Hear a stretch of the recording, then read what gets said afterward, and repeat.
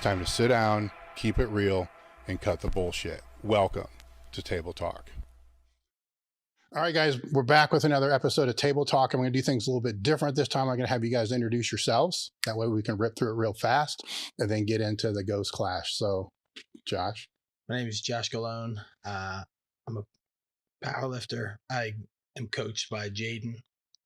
I live right in PA, right outside of Philadelphia. What are your lifts? My squats in meet is 700. My bench is 415, and my deadlift is 650. That's at 220? Yeah, 220. What's up with that? Ain't too fat to get back down. We missed weight a couple times. Oh, so you cut to 220? No. That's supposed to be 198. It's supposed to be 198. Yeah. I get it. So what did you weigh? 203. 203? Are you kidding me? Are you kidding me? We couldn't find the sauna that day. That's what it was. Oh, man. All right. So, Jaden. Yeah. All right. My name is Jaden Lacaria. I coach both these guys, Nydir Hayden and Josh Gallone. Been with me for a couple years, and they've made tremendous progress. They're super fun to coach, and we have a good relationship. So I'm looking forward to being at the Ghost Clash, coaching both of them, and putting up some big totals. Of course, we'll both have pro totals at this meet. Nydir is trying to break the all-time world record squat at 181. So that'll be awesome. All right. You're being a little humble there. Your best lifts are 830, okay. 450, and 618 or 678? So my best pull ever is 678 in a meet. Yeah. But my last meet I did at 198, I went 830, 450, 630, and I tore my hands open pulling hook grip. But, hopefully I do this meet here in 8 weeks and we change all that. So.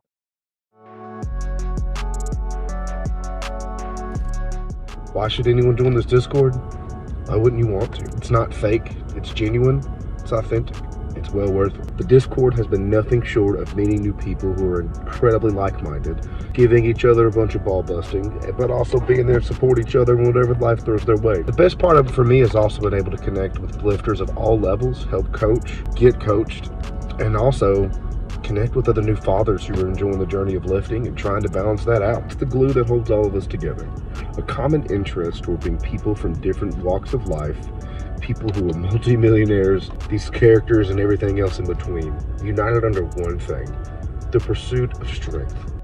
I think most of us would agree that getting a coach is a great step forward that an athlete can make to make greater progress. But what if you had two coaches? What if you had a whole bunch of coaches and a whole bunch of driven elite level athletes and like-minded people all in your corner trying to make you better? That's exactly what you're going to get with the Table Talk Discord crew. Hi, my name is Amber Watson. I'm a personal trainer and power lifter, and over the past couple years, I've had several consultations with Tom Shepard.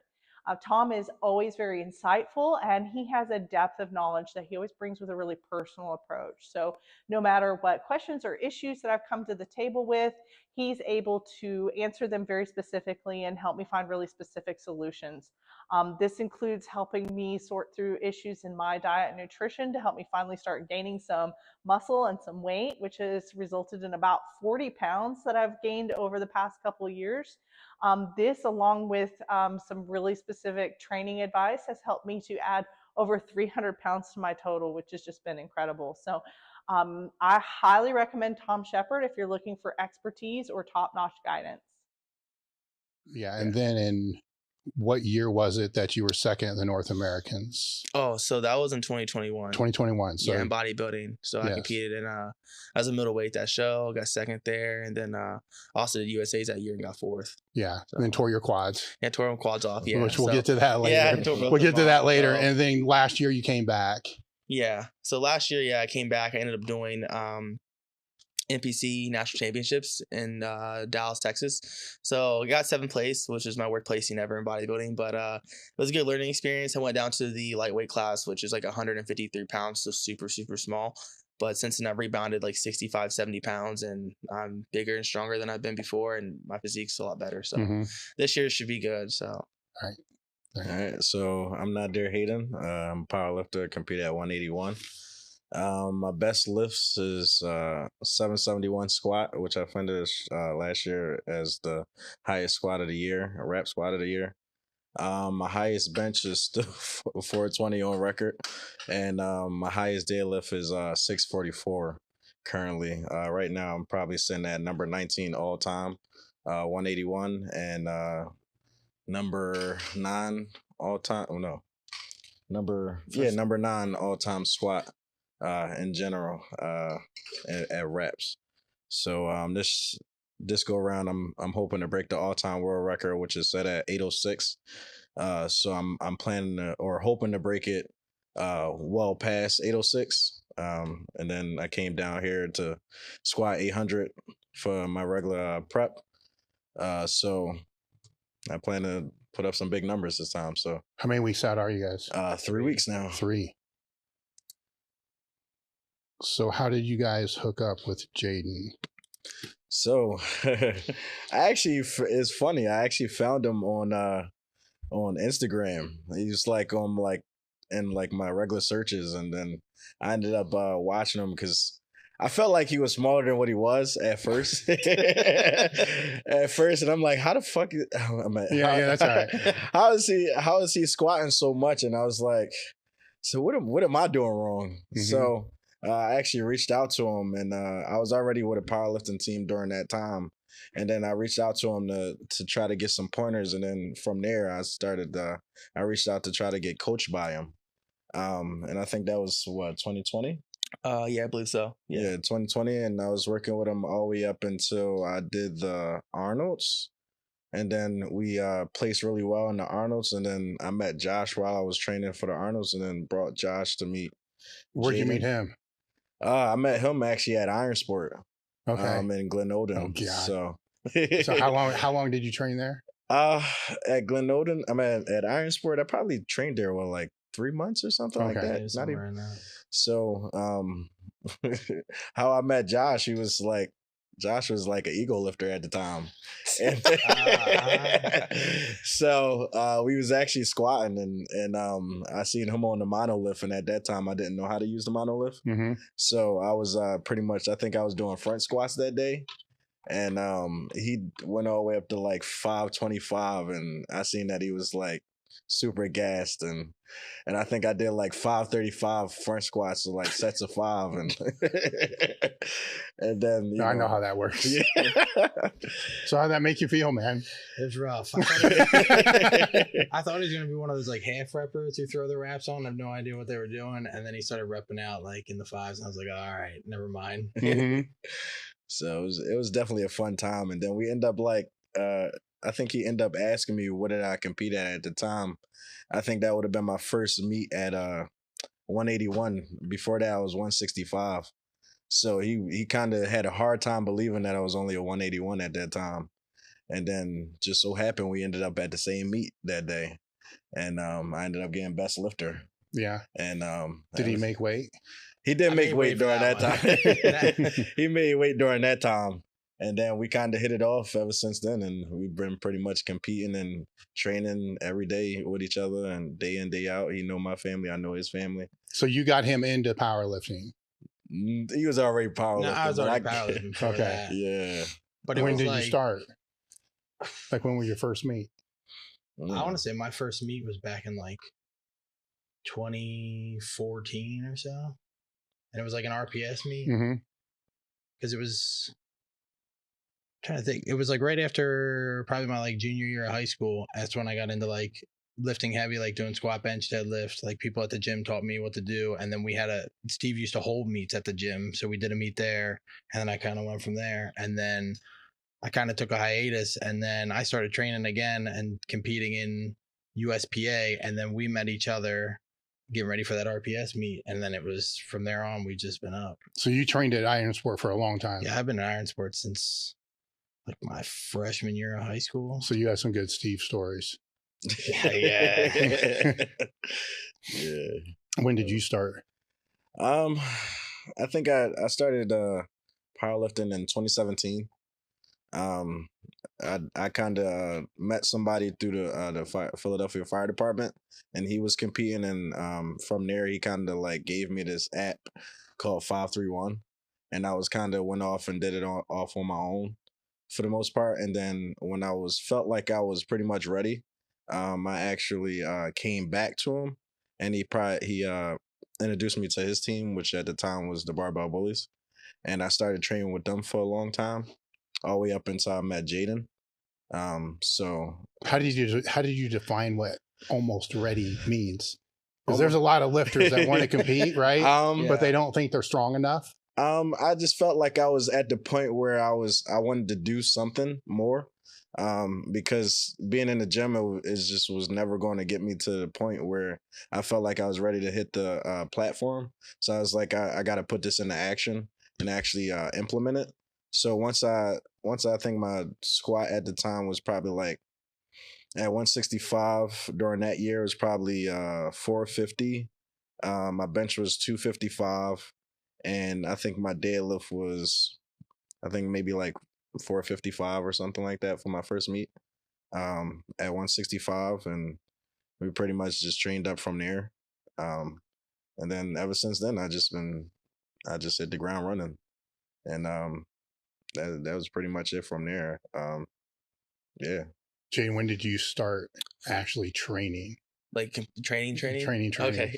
So I started training when I was 11 years old. Yeah. So I started really, really young, but I was fortunate enough from my stepfather was really big into bodybuilding.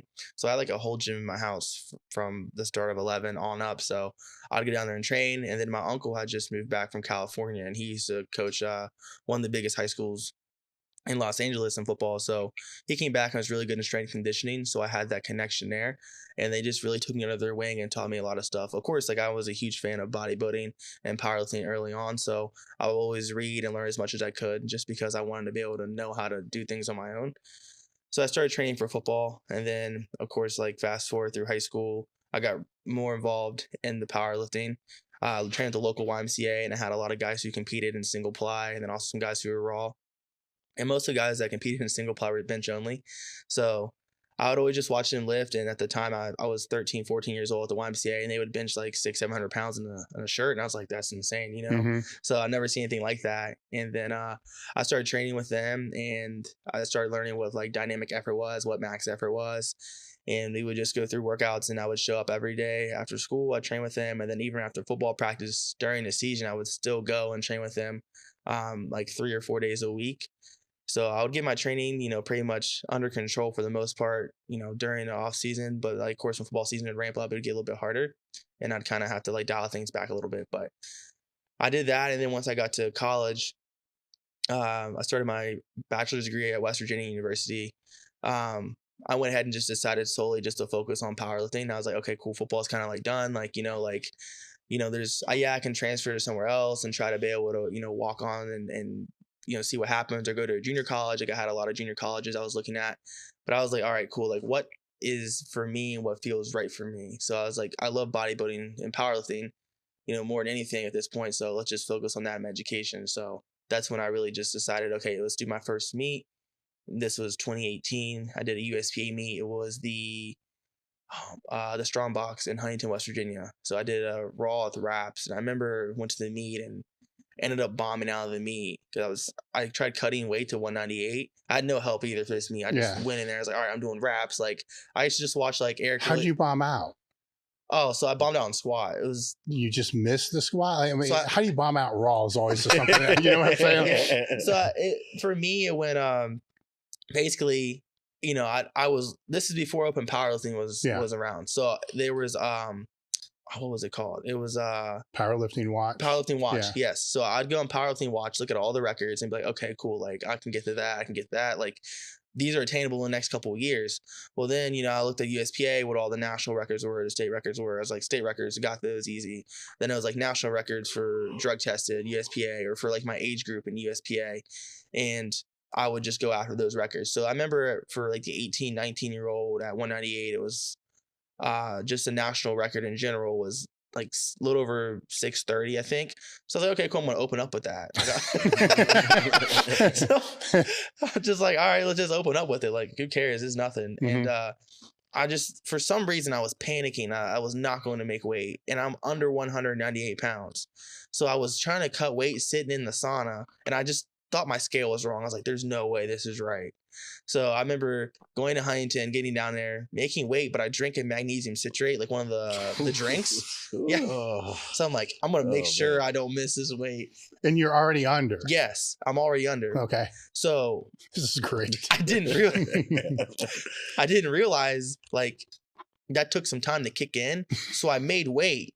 And then it kicked in for the refeed. So I'm trying to eat and everything's just coming right out. I'm like, oh my gosh, like what's wrong with me? And this lasted the whole night. And I got to the meet and I was still like sick. Like I just felt so depleted, just beat up. And I had no one to wrap my knees either. So I was like, all right, well, I'm just going to wrap these myself. And I didn't know how like a meet was ran in terms of like time. So they're like calling my name to the platform and I haven't taken my last warm up yet. I'm like, oh my gosh, like, all right, cool. Just lower the bar. 644 opener. It took my last one of my warm-ups was like 400. I just jumped straight to 644 wraps. And I didn't even take a wrap warm-up at all. So it was just like a huge shock. And I remember Johnny Lane was the state meet director at the time for USPA. And they went ahead and let me finish the meet and just go ahead and like get experience. So I still got the bench and deadlift, but it was crazy looking back. Like, oh man, like, you know, you think like, you weren't really doing anything cool or like you weren't really like making good progress, which in that time I was, but like how far I came since then is like nuts. Yeah. So what happened after that meet? So after that meet, that was 2018. And then fast forward a little bit, I did another meet towards the end of that year. It was like the USPA Holiday Havoc, which was in Fairmont, West Virginia. I remember because I was at West Virginia University still at this time. And I did that meet, which I ended up doing really, really good. I ended up squatting like 666 in reps at 198. I was 19 at the time. And then I benched like 365 or something like that. Then I pulled 600 for the first time, I remember. And I was like, okay, cool. Like this was a good day for me. Like I can build off this. And I was a little bit more knowledgeable at the time because I was training with like the West Virginia powerlifting team. So I had a lot of my buddies who I went to high school with also that were still there. So we would all train together. And like I started to really like understand things a little bit more. I worked with a couple coaches too. I worked with T Cummings, so I worked with him, and then I also worked with Tony Montgomery as well. So both those guys taught me some cool stuff when I was like young and like learning how to peak for a meet. So that's kind of why I had a good first meet or second meet, I would say. And then fast forward to 2019, I transferred to Ohio State. I got into their their physical activity and coaching specialization, their program. So I got into school there, went there to do my bachelor's, and then that's when I went to Westside. So why'd you choose Ohio State? So they had the best coaching program in the country, and that was like the main reason for me. Like I love competing, obviously, but my outside of like coaching, powerlifting, and bodybuilding like I do now, at the time my focus was, okay, I want to be a strength conditioning coach at the collegiate level. What's the best opportunity for me? What's the best school for that? Like what makes most sense for me? And like me competing in powerlifting and stuff and bodybuilding, it was just like, all right, moving to Columbus is a little bit better. It's still the same distance from like where my parents live. So I was like, all right, still like 2 hours away, 2.5 hours. Not a big deal, close to home, you know, just a better opportunity. So I got to Ohio State, you know, got my bachelor's degree in that. And then I also, of course, got my master's in master of sports coaching, which I finished that up this past August. So school-wise, like that's always been like the number one thing. Like I want to keep learning on my own as like a coach and like know as much as I can. But like when it comes into actually like application and applying things, I think that's super important as well. And like there at Ohio State, like their, you know, biomechanics courses and their kinesiology courses were really in depth. And that's stuff like I get excited about, you know, learning how the body moves, why it moves that way, and then how it applies to training. And those are two things that I felt like, you know, were super essential for me to be able to kind of take myself as an athlete to the next level, and then also, of course, as a coach. And then, of course, when I got to Westside, which was 2019, so my first semester at Ohio State, I got to Westside. I remember having to try out. So I got invited. I remember Tom Barry sent me a message, and he was just like, hey, bring your best bench with you on Wednesday morning. This is, you know, like week 2 of classes, right? And I was like, I didn't care what my classes were. Like, I was going to be at Westside in the morning and make any adjustment I had to do. So I remember getting there, trying out, and it was really good. Like Louie's happy and stuff. And then they invite me back for the next session, which was like, you know, this was a Friday, this was a Wednesday, and we had dynamic lower that day. And I just remember like how brutal that session was. Like it was just like super taxing, and just, you know, I was beat up, but I just remember going to class, after that Wednesday and after that Friday, I was late back-to-back days. And it was an English class. It was like a GE course. And I remember that whole semester I was late every single day of that class. And the teacher, she just wasn't very understanding. She just, super, super strict. And she just would always just give me a hard time. I ended up passing the class still. Still got like a B in the class, but my attendance took a real hit because of Westside in that semester. But I was like, all right, like now I know like the regimen, I'm not going to schedule a course in the morning. Like that's going to interfere with training. So what was it like being there with that, let's just call it education system, versus the education system that you're learning from? Oh, the conjugate? Yeah, because you got the conjugate, then you got what you're learning in school, which essentially isn't conjugate by, at all, right? No. So they're two opposing systems in a way. Essentially, yeah. So with the bachelor's degree, with the undergrad program, with the physical activity and coaching specialization, the one thing I noticed was that it put a real big emphasis on working with different types of age groups. So it was like, how do you communicate with like kids? How do you communicate with adults? How do you communicate with actual elite athletes? And the program starts to shift towards the end with working on specifically like elite athletes. Because most of the people in that same major are going to be like strength coaches or working, one-on-one with high-level athletes. So it was, more performance based, and a lot of it was how you should manage your day, set your day up. And then the most in-depth training it would go in is like just basic linear periodization. It wouldn't go into like anything different or, more specific than that. So it's just like baseline stuff, which was really, easy and, simple to get the hang of in terms of what they were wanting for, classwork and coursework. But of course at Westside Conjugate, you learn everything from Louie, you learn max effort days, you learn the dynamic effort days, how you should use it, how long you should run these waves for. So like, your dynamic effort, we're running in 3-week waves with variation, then we're swapping it out. Max effort, we're rotating a new movement in every week. And then of course we would wait 4 weeks or more to go back to that same exercise, which is what we did. And what was interesting is that a lot of the strength conditioning coaches that were at the collegiate level, like Division 1, even Division 2, they would come in and train with me, and Louie would be like, okay, hey, take these guys through, the workout today. So we'd have, dynamic lower. So they would train with me, then they do all the accessory work with me, and I tell them like why we're doing this, why, we have the bands and chains set up like this, why this bar. And, I was still training like an athlete a little bit. So I would do like box jumps and stuff, which I don't know how much I carried over to my actual squat or deadlift, but I would still like do that stuff all the time for fun. And what would be so interesting to me is like hearing feedback from a lot of those coaches and how they do their training and how, they do sometimes total polar opposite within their program from like what their head strength coach would want them to do, and then of course how they do their own training, which is more like along the lines of conjugate.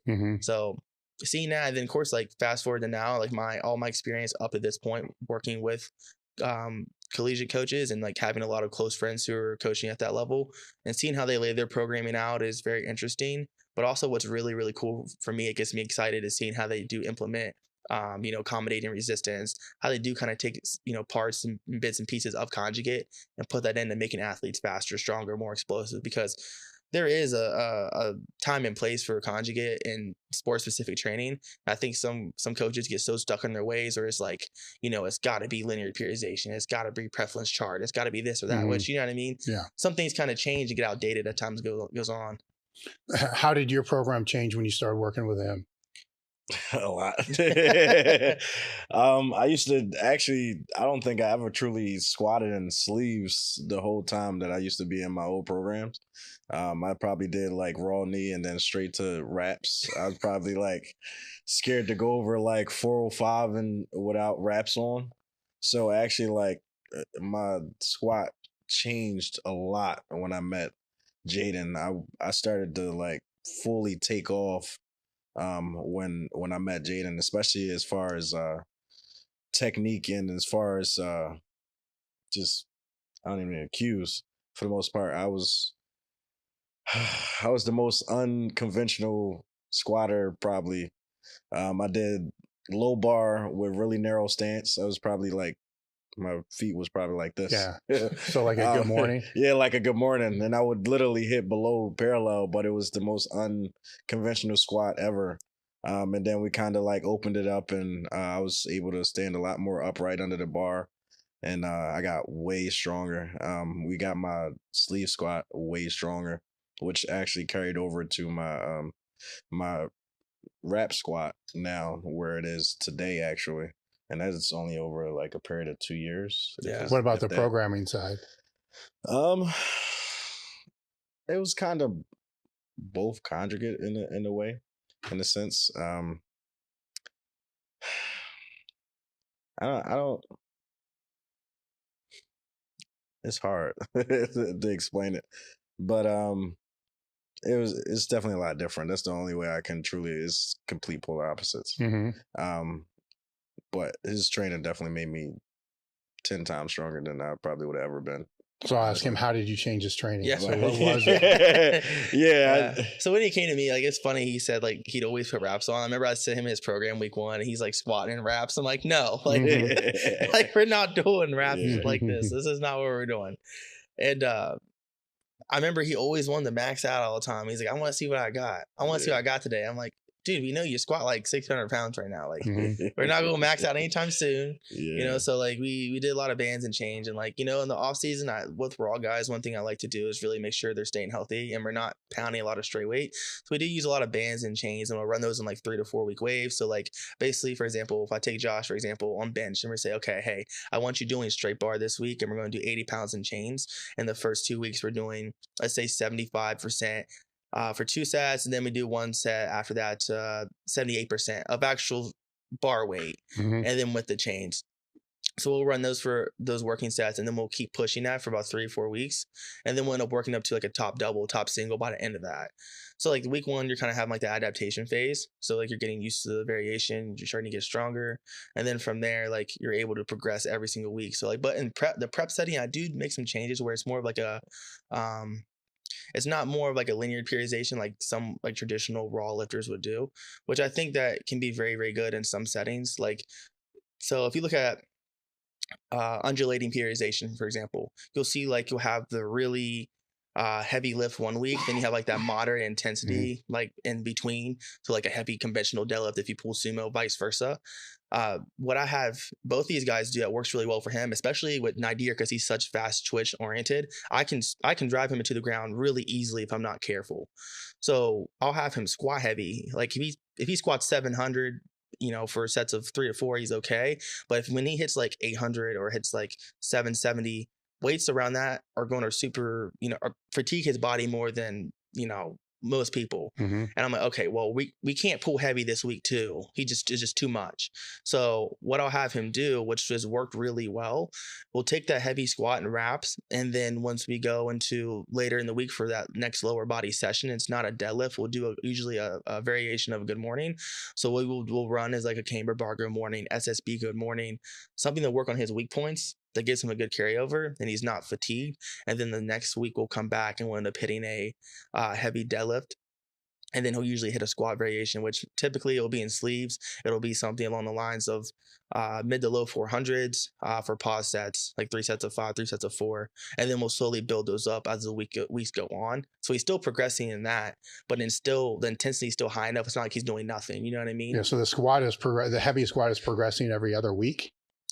Yes. Yeah. So like if he's, so like, for example, he'll take, you know, 800 tomorrow, right? In training.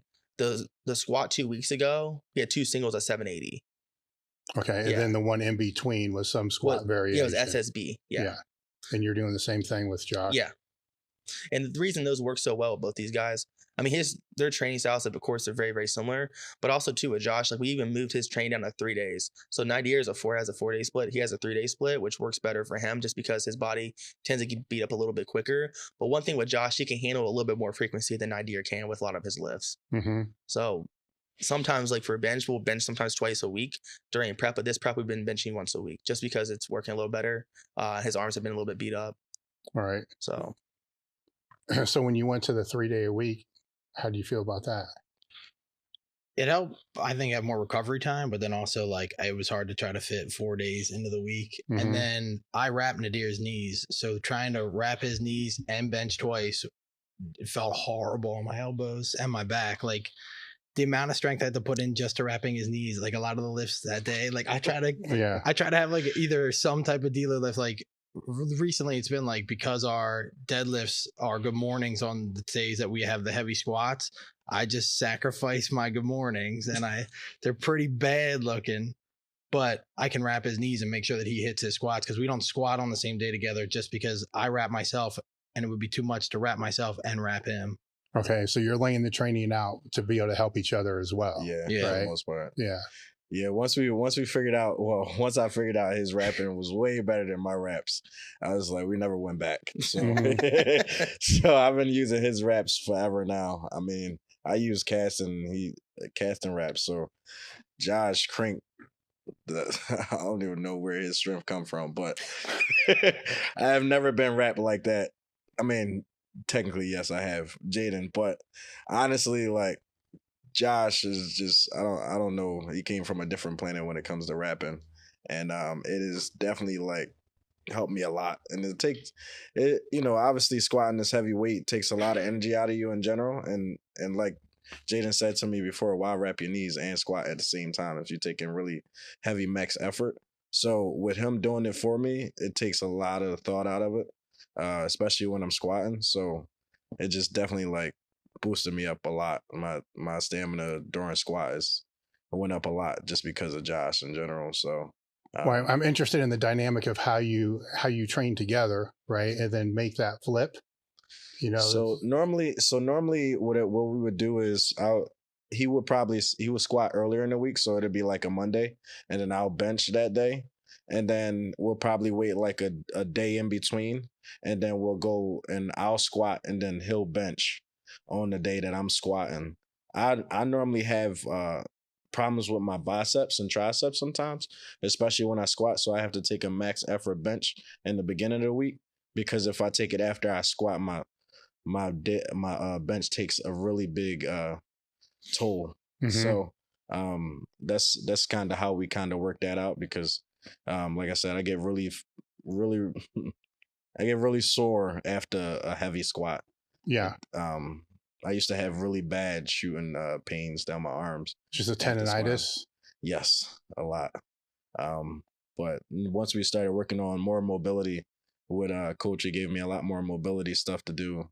It's gotten a lot better, but I still every once in a while have really bad tendonitis in my elbows after squatting really heavy weight. But so far I haven't had major issues in comp. Because my adrenaline is just rushing through that time, but I definitely feel it afterwards. What's some mobility things that you're doing? So or let me reframe that. What are the mobility things you're compliant in doing? Well, no, I'm compliant with all of them. I'm just not. I don't know the names of them. Yeah, I'm not. He's better at the names than what's he doing? Yeah. So some things that I'll have him do is a lot of nerve flossing, just because the nerve will get impinged, and a lot of things that I've noticed with his, nerve impingements and injury or nagging. I want to say injuries, just being beat up. We'll do things like rolling out your lats. So just literally rolling out your lats from the side, because it'll help that ulnar nerve that sometimes gets impinged. So like your lats will just get so knotted and tight, like it will cause that nerve to get compressed. Other stuff we'll do is like wall circles, just stuff to get your shoulders really loosened up.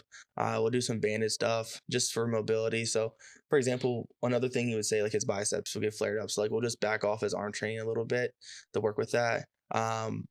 And then overall, of course, like his lower body mobility, it stays pretty good. Like we don't have really any issues with that. But yeah, just upper body stuff. It's just nerve flossing, rolling out your T-spine, rolling out your lats, getting cupping done, scraping done, deep tissue work done a lot. He just got some of it done before he came out here. I've been on him about it this prep, making sure he stays on top of it, and it's helped a good bit. All right, so you're 3 weeks out, so you got to be beat up too. So like, where are you beat up? Yeah. It doesn't really bother me as much as it bothers him. I mean, the weights seem to be a lot. Like I've noticed it now. Like I actually like having deloads. Like I used to hate taking deloads because I used to kind of ego lift. So like when you take a deload and you got to show up to the gym and do like 50%, you kind of feel like a loser. Mm-hmm. But then like now, like even after squatting this week, we squatted on Tuesday because we did a heavy deadlift Saturday. So Tuesday I squatted, yeah, and it like my whole back just still felt gone. Mm-hmm. And then it's like you got to try to recover just to be able to do the rest of the workout for the rest of the week, because there's still other heavy lifts in the week. Mm-hmm. But I'll survive. Yeah. As long as he, like, I look at it like as long as we can stay as a team and push each other, and like I can help him in the most so that he can at least hit his world record, I'll be happy. Yeah. Like if I don't think I'll ever sacrifice one of my lifts at a meet just because now we're on at least different days. So it's not like I have to wrap myself, then go and wrap him in the same day. I don't think I could pull something like that off, but because he's pro day this time around, I think, we'll be able to pull something off. So how do you feel right now going into the meet?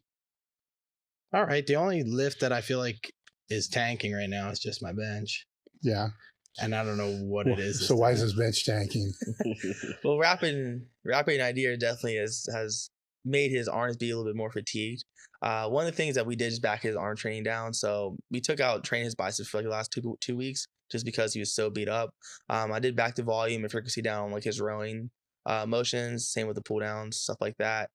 So overall back accessory is a little bit lower than normal.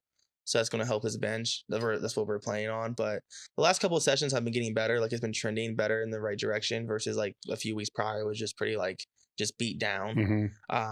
So now it's all in an upward swing. But yeah, in terms of like his other lifts, I say his bench has been like the tougher one to try to get on the right track this prep. But with everything, it's going how it should right now, then we'll see how tomorrow goes for sure. So you think pulling that one bench day out is helping? Yeah, I think so. Just because well, you would know. I mean, you're the one pressing the bar. Yeah, I can ask Jaden, but he's not pressing the bar. I think it takes a lot more stress off my body so that I can have more recovery time. Because I just think it was pushing it too much having that fourth day. Yeah. Because then it was almost bleeding into the next week. Yeah. Now, when you say with your lifters in the off season, you want to work on getting them healthier, what does that mean? So if there's like something that's the main thing I'll do, I'll say this, the main thing I'll do, let's say someone comes to me who's new, right? Now I haven't seen them move. So one thing I want to do is watch how they move.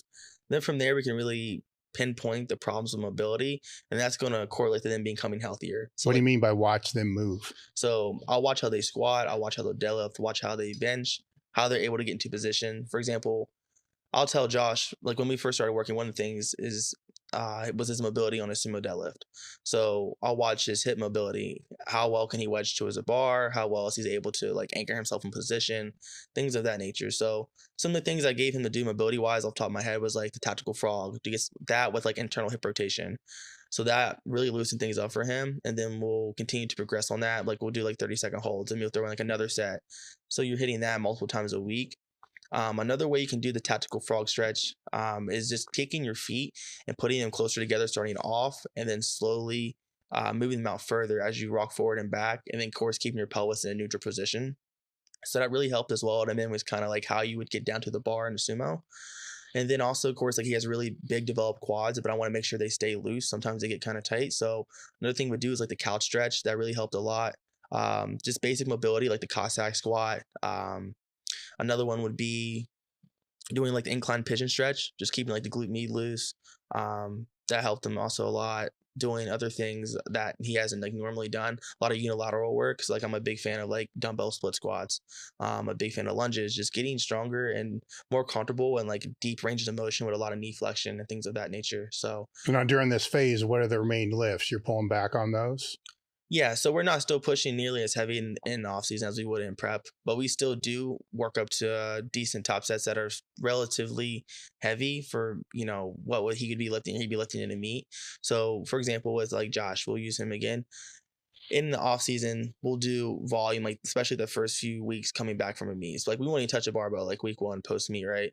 And then we'll ease into doing some more barbell work. So we'll start slowly increasing the weight on those, depending on what variation we pick. So let's say we want to do squats. I mean, when you use camber bar plus 200 pounds and band. So we'll start hammering volume on that and we'll slowly build up. But like the volume is going to be lighter. It's going to, not be as much of a workload. It'll say like sets of 6 to 7. So it might only be like 45-50%, something that someone would use for like a dynamic effort day. And we're just pretty much working on just becoming more efficient in how we move. And I think that's a huge like thing that a lot of coaches sometimes forget is like watching how your athletes actually perform a lift, not just how much weight they're moving during a lift. Like the motor pattern is like the biggest thing. If you don't do it moving for a while, you're going to forget how it feels. And then it's kind of hammering in that motor pattern and becoming more efficient, like how you're doing it once you have that down. all those things suck to do, by the way. Yeah. Right? Especially reps. Yeah. Oh, So the reps suck, right? All the reps. mobility stuff sucks. Especially when you get to watch. So you're some of looking these forward to singles. this off season, right? It's my favorite time. And this is it the same for him then? Yeah. That's the same. Pretty much, it's very, very similar. I do program a good bit of hypertrophy stuff for all my athletes. Like if you look at like anyone I coach for the most part, they're all pretty, muscular. Not that I'm trying to make people into bodybuilders or anything, but like you have the potential, to have, you hear a bigger muscles, a stronger muscle. Yeah. So the more muscle mass we can acquire, the better we're going to be. Like Nydir is, not a super tall guy, obviously, but like when you look at, I'm not tall either, but when you look at him, so you can say that, right? Yeah. He looks a lot heavier than what he weighs, but we put so much tissue on his frame over the last few years, like his body composition has changed entirely. So, you look at guys, I always tell him, he's like, I want to be like 200 plus pounds. I'm like, you're like the same height as Sean Clarita. Yeah. And you weigh like not too far apart. Yeah. So I'm like, you added another 10, 15 pounds, man, it's pushing it. You know what I mean? So it's just things like that, to take consideration. And it's cool to see like people's bodies change and them add on more tissue because it does give you a carryover to your lifts. When will that be pulled out as they're prepping for a meet, or will it not? It will taper out, yeah. So for example, like now we've already backed down some volume on a lot of their accessory stuff, especially for him. Like tomorrow he's supposed to squat heavy. I have him doing like 3-4 accessory movements, but they're like there's like 2 working sets on each one, maybe 1 on like a couple other ones. So the volume is way lower than what it normally would be versus like if we're just still like 10 weeks out, you might have, 2 working sets, 1 back off set, or you might have like 2 working sets, 1 rest pause set on that second set. So it's a lot of intensifiers and like hypertrophy driven exercises with a good bit of volume. Mm-hmm. But of course, like the goal is to prioritize the lifts to make sure we're recovering. And I think some people have an emotional attachment to doing more. So they want to do more work and they think that's going to get more results, which isn't the case. It's how hard are you working with what's on your plan? And like both these guys work really hard. So I know I can give them those 2 working sets and they're going to put everything they have into it. Versus if I give them 4 working sets and they're emptying the tank on 4 working sets of leg extensions, that's going to be a lot. So doing, less in this sense is definitely the smart thing to do. And I think, of course, in general, anyone peaking for a meet, you need less volume as the meet gets closer. Yeah. Now, do you work with them on their nutrition as well? Yeah, I do Nydir's nutrition. I don't do Josh's. Yeah. So you eat like trash. That's why I can't ever make weight. Yeah. It might be why your bench sucks too, right? There you go. Have you noticed a difference? I noticed a big difference, honestly. How? Strength, stamina, the way my body look in general. I look completely different from when I first started. I don't even know how to explain it. I wish I could like bring up a picture of what I used to look like versus now. My performance is different. So what was his nutrition like before you changed it? He wasn't eating nearly enough food, in my opinion. He wasn't eating 6 meals a day. It was kind of just like sporadic, especially with his job. I get like he's super busy and he's on call and has stuff going on. But now we just changed it to where he's getting everything he needs that's going to fuel him for training. So we still do 6 meals a day. For example, when he makes weight, so he's like 190 pounds right now, so he's a little bit over 181. But when we'll go ahead and pull food back. So what I'll do is carbohydrates, we'll taper them down as the meat gets closer. But like right now on his rest days, I have him reducing his carbohydrate intake by 25%. So he's still doing 6 meals a day, but we're taking the carbohydrates, reducing them by 25%. So that goes for like berries and stuff too. Anything that's a carb source. And then just like a basic rule of thumb for most athletes, I'll usually take their body weight. This goes for anyone, really. You can multiply by 1.2 to 1.5, giving you like a protein range intake. For him, we keep his protein still a little bit over 200 grams of protein, so we're hitting like 250 grams a day. And then from there, carbohydrates, we manipulate them as needed just to make sure that, hey, we're not getting fat, but we're also fueling performance here, and then we're going to pull them back as needed to make sure we make weight. So you notice a difference in your recovery? A big difference in I used to my old training. I felt like trash every day. I mean, as far as eating, the main thing with them was you just need to eat. That was pretty much it. Doesn't matter what you eat, you just need to eat. Now, obviously, it's more calculated and things is a lot more thought out for me specifically, and that helped me a lot. And so how do you manage your food prep with what you do? Because you're working all kinds of different shifts, right? Honestly, I just try to do it hit the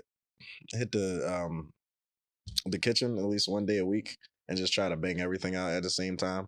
And then I kind of like fresher foods. So sometimes if I get time during the night, I'll just do it during that time. But it's challenging. It's very challenging because my days, sometimes I'm doing like 12-hour shifts. I'll do 24-hour shifts, 16-hour shifts. So it really is challenging. Do you know what your shifts are beforehand? My regular shift, yes. But I do a lot of overtime in between. So it's kind of unpredictable. But as far as like the hours are predictable, I guess, in a sense. But when you switch from like days to nights, it's kind of hard because your sleep patterns and everything are off. And that's probably like one of the only things that's like hindered right now is just my sleeping. But you know, we work it in. How do you pivot? How do you pivot the training for that? So that's one thing I'll tell him is like, hey, I always ask him, you know, every week, how are you feeling? How's your sleep been? How's your recovery been?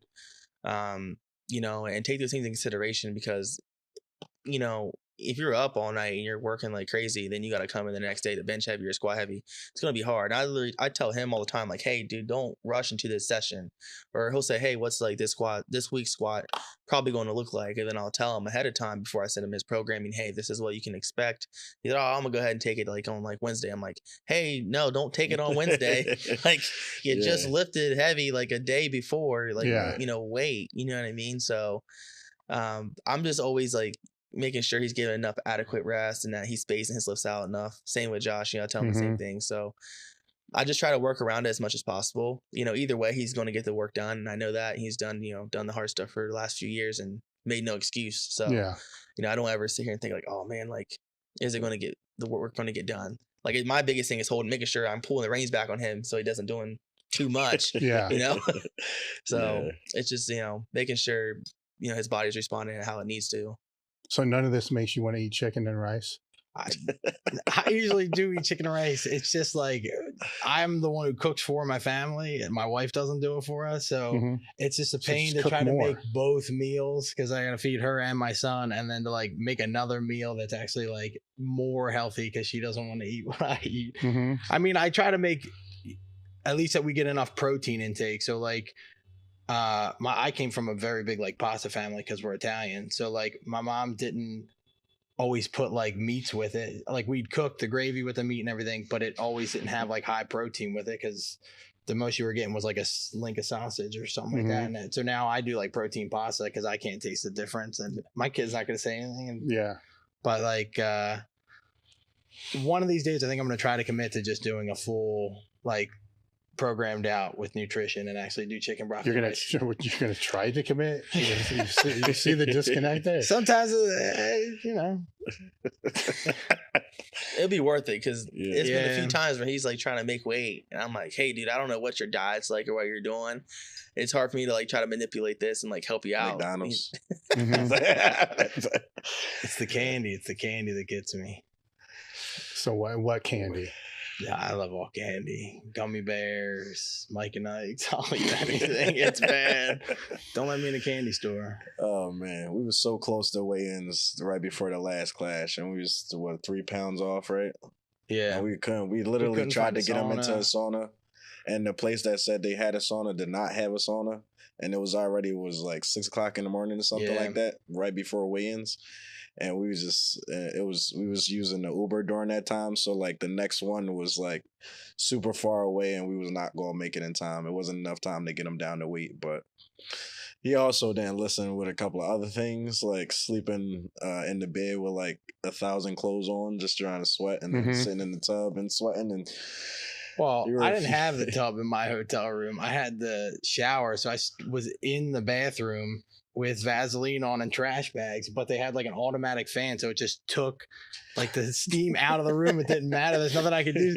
So it was like, I was trying to do that. Then I texted you and I went on the treadmill. I tried to like be on a treadmill. And then I was like, I don't want to like over fatigue myself by spending the next like 6 hours just walking on the treadmill.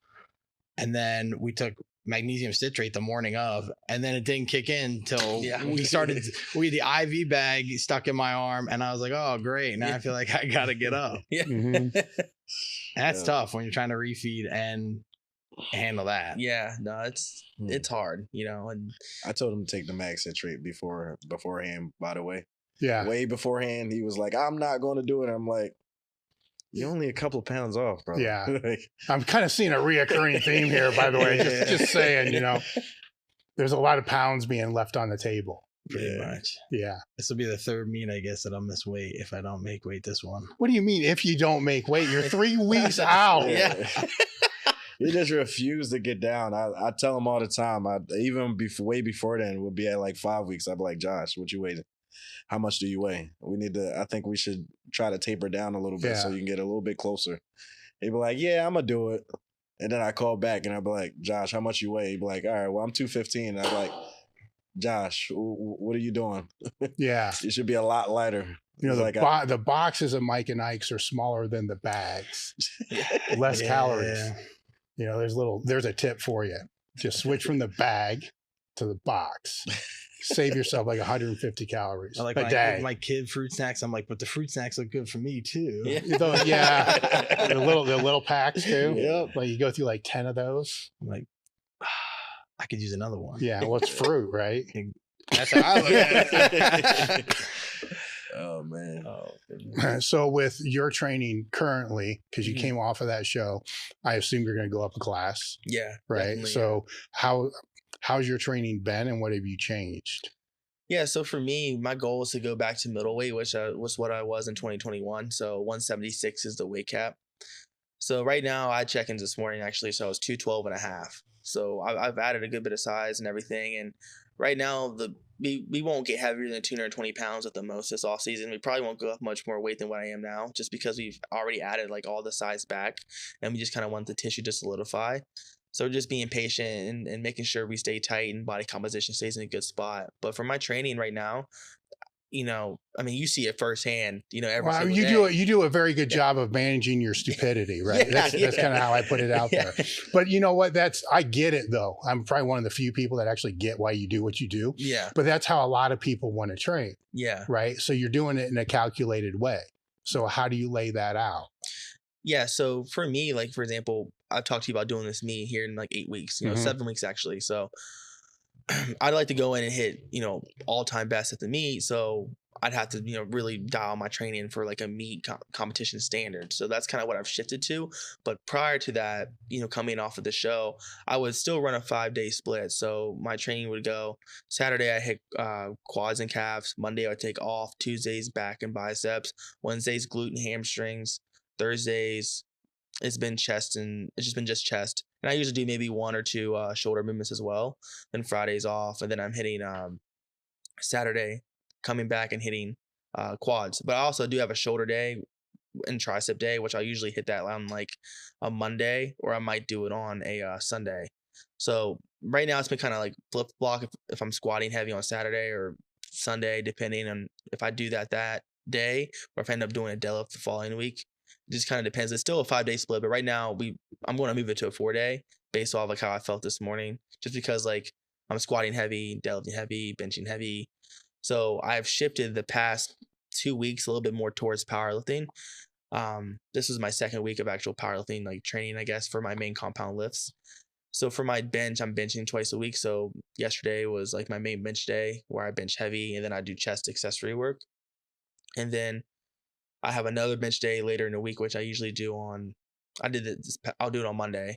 So where I'll go in and I'll hit shoulders and then also do tricep accessory work. So my second bench day is a dynamic effort day. So I started this first past week was straight weight for my dynamic effort. And honestly, I kind of started on the lower end. So I only use 225 for dynamic effort for 9x3, 3 sets close grip, 3 sets wide grip, 3 sets comp grip, 45 seconds rest. So that's still probably like 45% of my 1 rep max or so, where I could have probably went a little heavier considering all my numbers are way up right now for bench. Everything's moving great. So I'll keep this going and then I'll slowly taper out the dynamic effort for bench just because I need more frequency right now to feel how my bench is supposed to feel, just because it feels foreign still a little bit, like timing of my pressing, getting used to like just all the basic mechanics of a bench press. And as the weights go heavier, it'll help me out for sure. And then I've had these 2 leg days because I blew my quads off, of course, in 2022. And the goal is to bring my quads back up, my legs back up. And like my legs are the biggest they've been. But now I'm running into the issue where I notice my legs are just still somewhat fatigued come around like Saturday, the squat or deadlift. So what I'm going to do is probably combine my back day with my glute and hamstrings in attempts to work out a little bit better, and I can manage fatigue a little bit better, just because now, like, having 2 full-blown leg days, I'm starting to get, some fatigue around my knees and stuff like that. Quad tendons feel fine. I'm not worried about that. Just making sure I'm not beat up still and still sore, just because everything else is like perfect. My training's great. My sleep is great. My nutrition is great. It's just optimizing my strength right now. And one thing I've noticed about myself, in any meet setting, I have to cut back to a 4-day split just for recovery reasons. In an off season, I can always push 5 days. But once I get closer to a bodybuilding show, so my goal is to do North Americans end of August this year, I'm going to go back to a 5-day split. So right now, based off my timeline, I have this meet May 4th. After that, I had like a few weeks prior to chill out, and then I would start actually focusing on my prep for my show end of August. Well, what I'm getting at is, as the weights go up, your systemic fatigue increases. Oh, of course. Right. So the way you're manipulating those things for those people that are listening is you're managing the systemic fatigue. Yes. Right. And when you're in a bodybuilding prep, that systemic fatigue isn't as high. Mm-hmm. Well, it might be because of the nutritional deficit, right? Deficit, yeah. So it's probably not fair to say that. It's different. Yeah. It's different.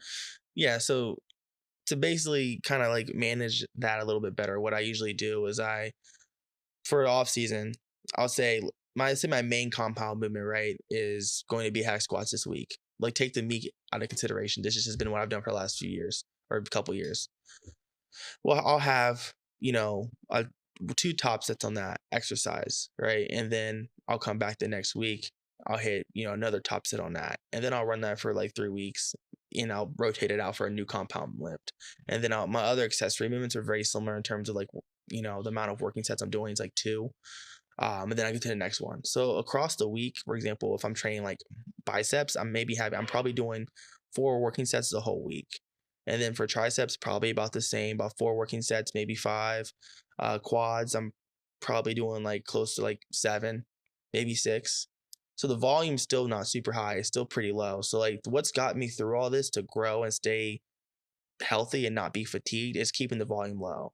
So like it's never increased to like 20 sets per week, or a really high number for hypertrophy, which some people believe, that's going to lead to greater growth. But I've always been like big on like low volume, high intensity, because, of course, your body doesn't know how many reps you're doing. That's how hard you have to work. Yeah. Well, it's what you can recover from. Yeah. So now what led to the quad tear? Let's go down that rabbit hole. So yeah, with the quad tears, it was honestly a freak accident. Tears. Yeah, tears. Yeah, plural. We got to stress that. Both of them at the same time. Mm-hmm. Yeah. So honestly, what I think, there's a million different ways I could try to say how this happened, but I did North Americans at the end of 2021. So I got second place there, is 1 spot away from turning pro. It was my 3rd show ever. I was like, okay, cool. Like, I'm right here, almost about to turn pro. Like, I know what I need to do this off season to come back and be, better. So going into that off season, I got invited to the Ghost Clash, and I'm like, okay, cool. It's the first Ghost Clash 1. And I was like, all right, this will be awesome. Like, I'm going to do this meet, come back, I'm going to do a meet in sleeves. I've never done a sleeve meet. See what I can do. So I started training for it, and I started training for it like the first week of November, if I'm thinking correctly here. I remember I took like 685 for like a set of like 5 in sleeves. And I was like, okay, cool. Like, strength's good there. I feel good. But my body weight was still low. I wasn't even 200 pounds. I was like 195. And I still had like striations all through my quads, like still looked like really lean. And I was like still like just, kind of like coming out of like a rebound essentially. So I knew I was still fresh to like, in terms of exposing my body to that kind of stimulus. You know what I mean? So it was still really early on for that. And that kind of could have been what potentially led to me getting injured. So I started training. Everything was going good. So fast forward towards like the end of prep. I'm like 2-3 weeks out from the meet at this point. And I get COVID. I didn't know it was COVID. I remember I went to a sushi place before my last heavy squat of prep. And I just remember getting the food, and I was like, man, this food tastes weird. Like, something's off, right? Like, you just know when you get like bad food that like you might get sick and feel it coming on. I went home and just was throwing up everywhere. I was like, oh my gosh, like I got food poisoning. I can't squat tomorrow. Like, I'm like so upset. Like, like my training's ruined.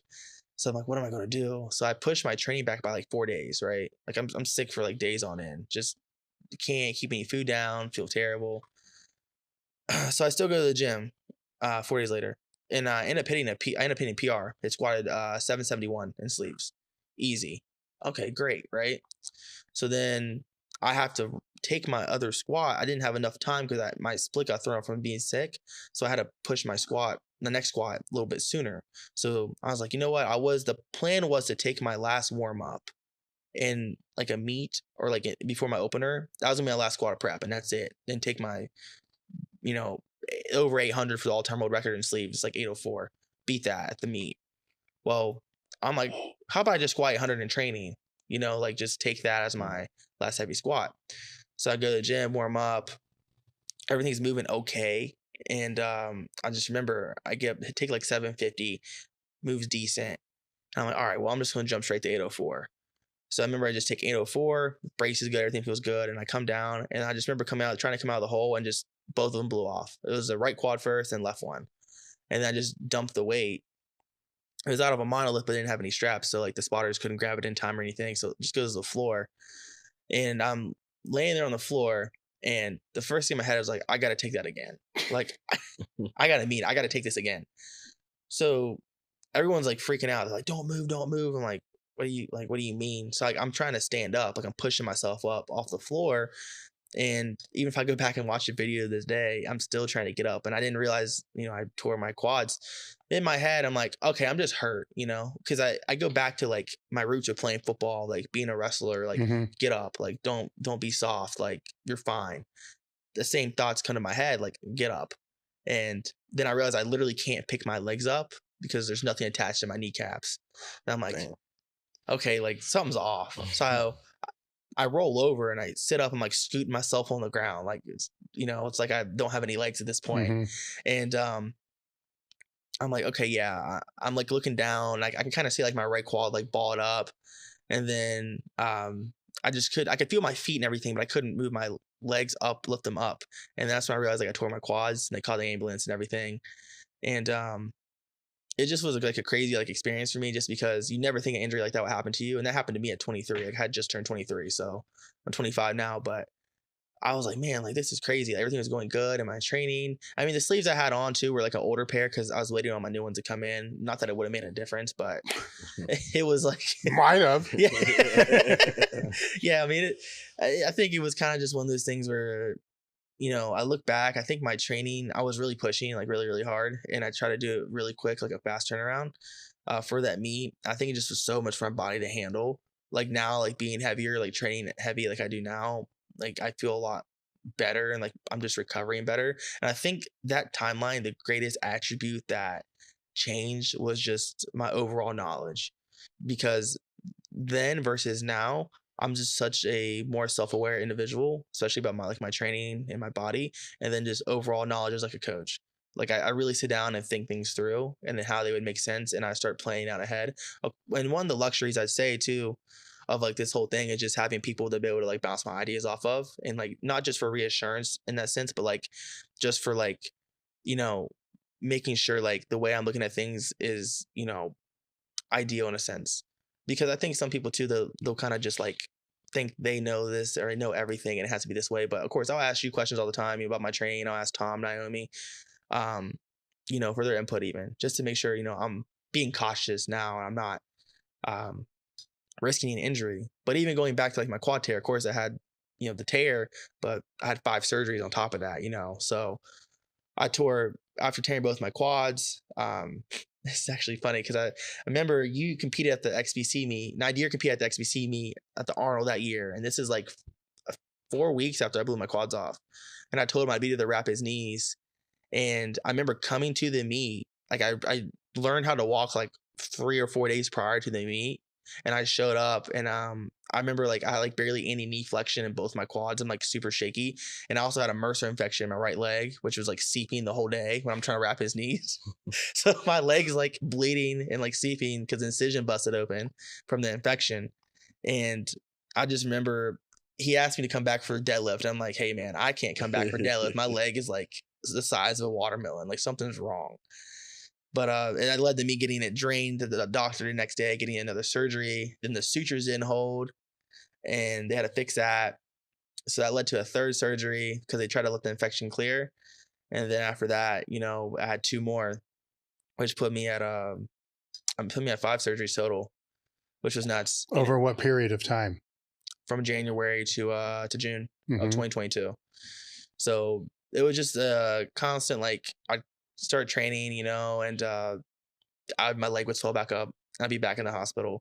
And what was annoying was that I'm on antibiotics this whole time. So my gut bacteria is trashed. Like, any food I try to eat just would take me an hour to sit down and eat. The ability for my body to digest it was like unrealistic, honestly. So I was really limited what I could consume and what I could try to consume.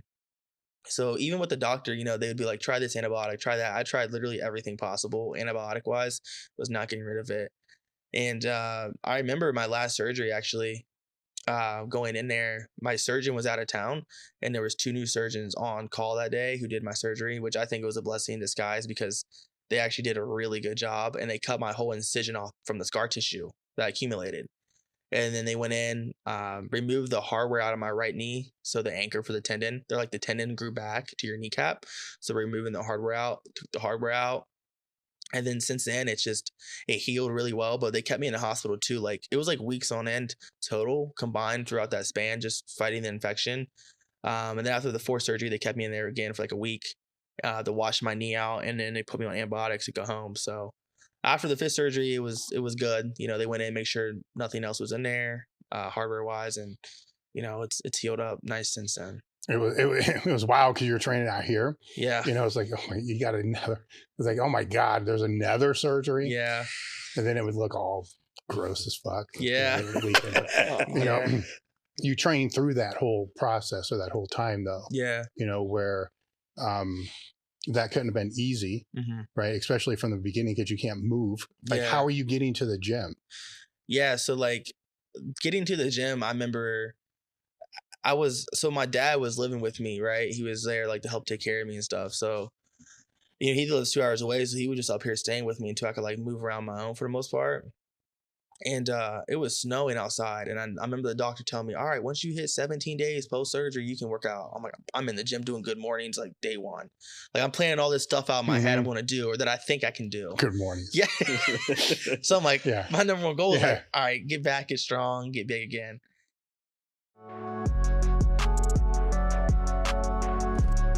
Why should anyone join this Discord? Why wouldn't you want to? It's not fake, it's genuine, it's authentic, it's well worth it. The Discord has been nothing short of meeting new people who are incredibly like-minded, giving each other a bunch of ball busting, but also being there to support each other in whatever life throws their way. The best part of it for me has also been able to connect with lifters of all levels, help coach, get coached, and also connect with other new fathers who are enjoying the journey of lifting and trying to balance that out. It's the glue that holds all of us together. A common interest toward being people from different walks of life, people who are multi-millionaires, these characters and everything else in between, united under one thing, the pursuit of strength. I think most of us would agree that getting a coach is a great step forward that an athlete can make to make greater progress. But what if you had 2 coaches? What if you had a whole bunch of coaches and a whole bunch of driven elite level athletes and like-minded people all in your corner trying to make you better? That's exactly what you're going to get with the Table Talk Discord crew. Hi, my name is Amber Watson. I'm a personal trainer and power lifter. And over the past couple years, I've had several consultations with Tom Shepard. Tom is always very insightful, and he has a depth of knowledge that he always brings with a really personal approach. So no matter what questions or issues that I've come to the table with, he's able to answer them very specifically and help me find really specific solutions. This includes helping me sort through issues in my diet and nutrition to help me finally start gaining some muscle and some weight, which has resulted in about 40 pounds that I've gained over the past couple of years. This, along with some really specific training advice, has helped me to add over 300 pounds to my total, which has just been incredible. So I highly recommend Tom Shepard if you're looking for expertise or top-notch guidance. And I remember like 17 days hit and it's a snowstorm hit at the same time. I'm like, I'm going to the gym. Like, I don't care. And the apartment I lived in at the time, you open the door and it takes you outside and there were stairs and it'd all be iced over. And my legs are locked down braces, like completely straight. So I have no knee flexion. So I remember just grabbing like the handles of the railing and just like scooting myself down the stairs and then like shuffling like super slow to my car. If I would have fell, it would have been awful. And then the driving part was hard because I couldn't put my seat down low enough. So I was sitting sideways, like trying to drive so I wouldn't make my knees hurt. And then I get to the gym and I started training. But yeah, I remember I tried SSB Good Mornings day one and I was like, oh, I can do like 225 at least. And then I realized I couldn't like bend at the knee at all. So I just kept going forward. And I was like, oh, this isn't a good idea. So I did what I could, a lot of glute and hamstring stuff like RDLs. Eventually could start doing kickbacks, upper body stuff for a long time, a lot of Larson bench press, lat work, just bodybuilding stuff. Well, the Larson kind of plays into it. Yeah. You can't move your legs, right? Yeah. Yeah, I mean, I had no other option, honestly. It just was, what I could do. Or if I and then you saw, of course, once like the left leg came out of the brace, the right leg would always be up on a bench, benching the whole time. So it was just always like finding like a way to, work around things until they got to be good. And if I wasn't going to the gym by myself, I have like one of my friends come get me for a while because they're like, you shouldn't be driving. Like, this is like dangerous. So I had a lot of people who were, concerned and made sure I was okay, which that's the biggest thing is like looking back at that and seeing the people who really helped me out and want to make sure I'd be in a good spot, every day, make sure I could get around okay was cool. The one thing that I noticed when you were coming back was it was the timing. Yeah. Because one leg was more jacked up than the other one. So when you'd flex out of the squat, it'd be like all jerky. So having to fix that. Now you're beyond all that now. So how are you mentally when you go heavy on a squat now? Oh, like I don't even think about my quads. Yeah. Like it's like, I don't know. For me, I know people think it's crazy to go raw again and to train like I do, especially after having blown both quads off. Like my left knee, like I know it's fine. The anchor's in there. It's not going, the tendon won't go anywhere. The right one, there's no anchor. So like, yeah, it's a little more risky. But for me, it's something I love. And I feel like, me avoiding that would not be true to who I am. And it just is trying to like play it safe. And I'm just someone who doesn't do that. It's like, all right, cool. I'm going to the gym to train today. I'm going heavy today. This is the numbers I need to hit. And like, for me, it's fun. And if I blew my quads off again, which I pray to God never happens again, but I wouldn't be mad. It would be like, okay, hey, this risk I took. The same as I blew them off squatting, in the past. And, it is what it is. But mentally, I just get under the bar and I just get locked in like I did before. But I'm a lot more controlled with my aggression now. Not that I was like out of control before, but I'm very intentional with how I move. And I'm able to like pinpoint early on in my warm-ups if something feels off to not keep pushing through. Or if I need to take time to warm up more, I take the time. So now how do you work with these guys to make their intention better? So I'll use Nydir, for example. Like I just remember telling him from the beginning, even up to now, treat the bar like it's 800 pounds. Treat 225 like it's 800 pounds and so on and so forth. Like move intentional with every single thing you do. Now, I'm not saying when you squat, you need to treat 225 like it's 1,000,000 pounds on your back and blast the bar off your back. You know what I mean? Like, you don't need to exert that much energy, but still take it serious. Same with your bench warm-ups, the same thing. So it's just being consistent and practicing that repetition over and over and over. So then when you get to the top set, it's just, it feels natural. So then everything moves super smoothly. It feels easy, and there's no thought. So it's just about having a good approach and being mentally locked in, which both these guys do a great job at doing that. Now, when you guys are in the gym, there's other people training, right? There's other powerlifters around. What are mistakes that you see them making that you'll joke with you? Maybe, you're like, man, look at this shit. Or better yet, like, remember when I used to do that? Yeah. We're too busy trash talking each other after. Yeah. I mean, a lot of people with their the forward movement during the squat, it's like they're doing good mornings during the squat. I'm always like, oh, one day you're gonna hurt his back. And they'll be so far forward, and I'm just like, how are you able to recover from that? sometimes. It's kind of how you used to squat though, right? Yes, a lot until I met Jaden, and it changed drastically. My intensity is completely different. My approach is completely different.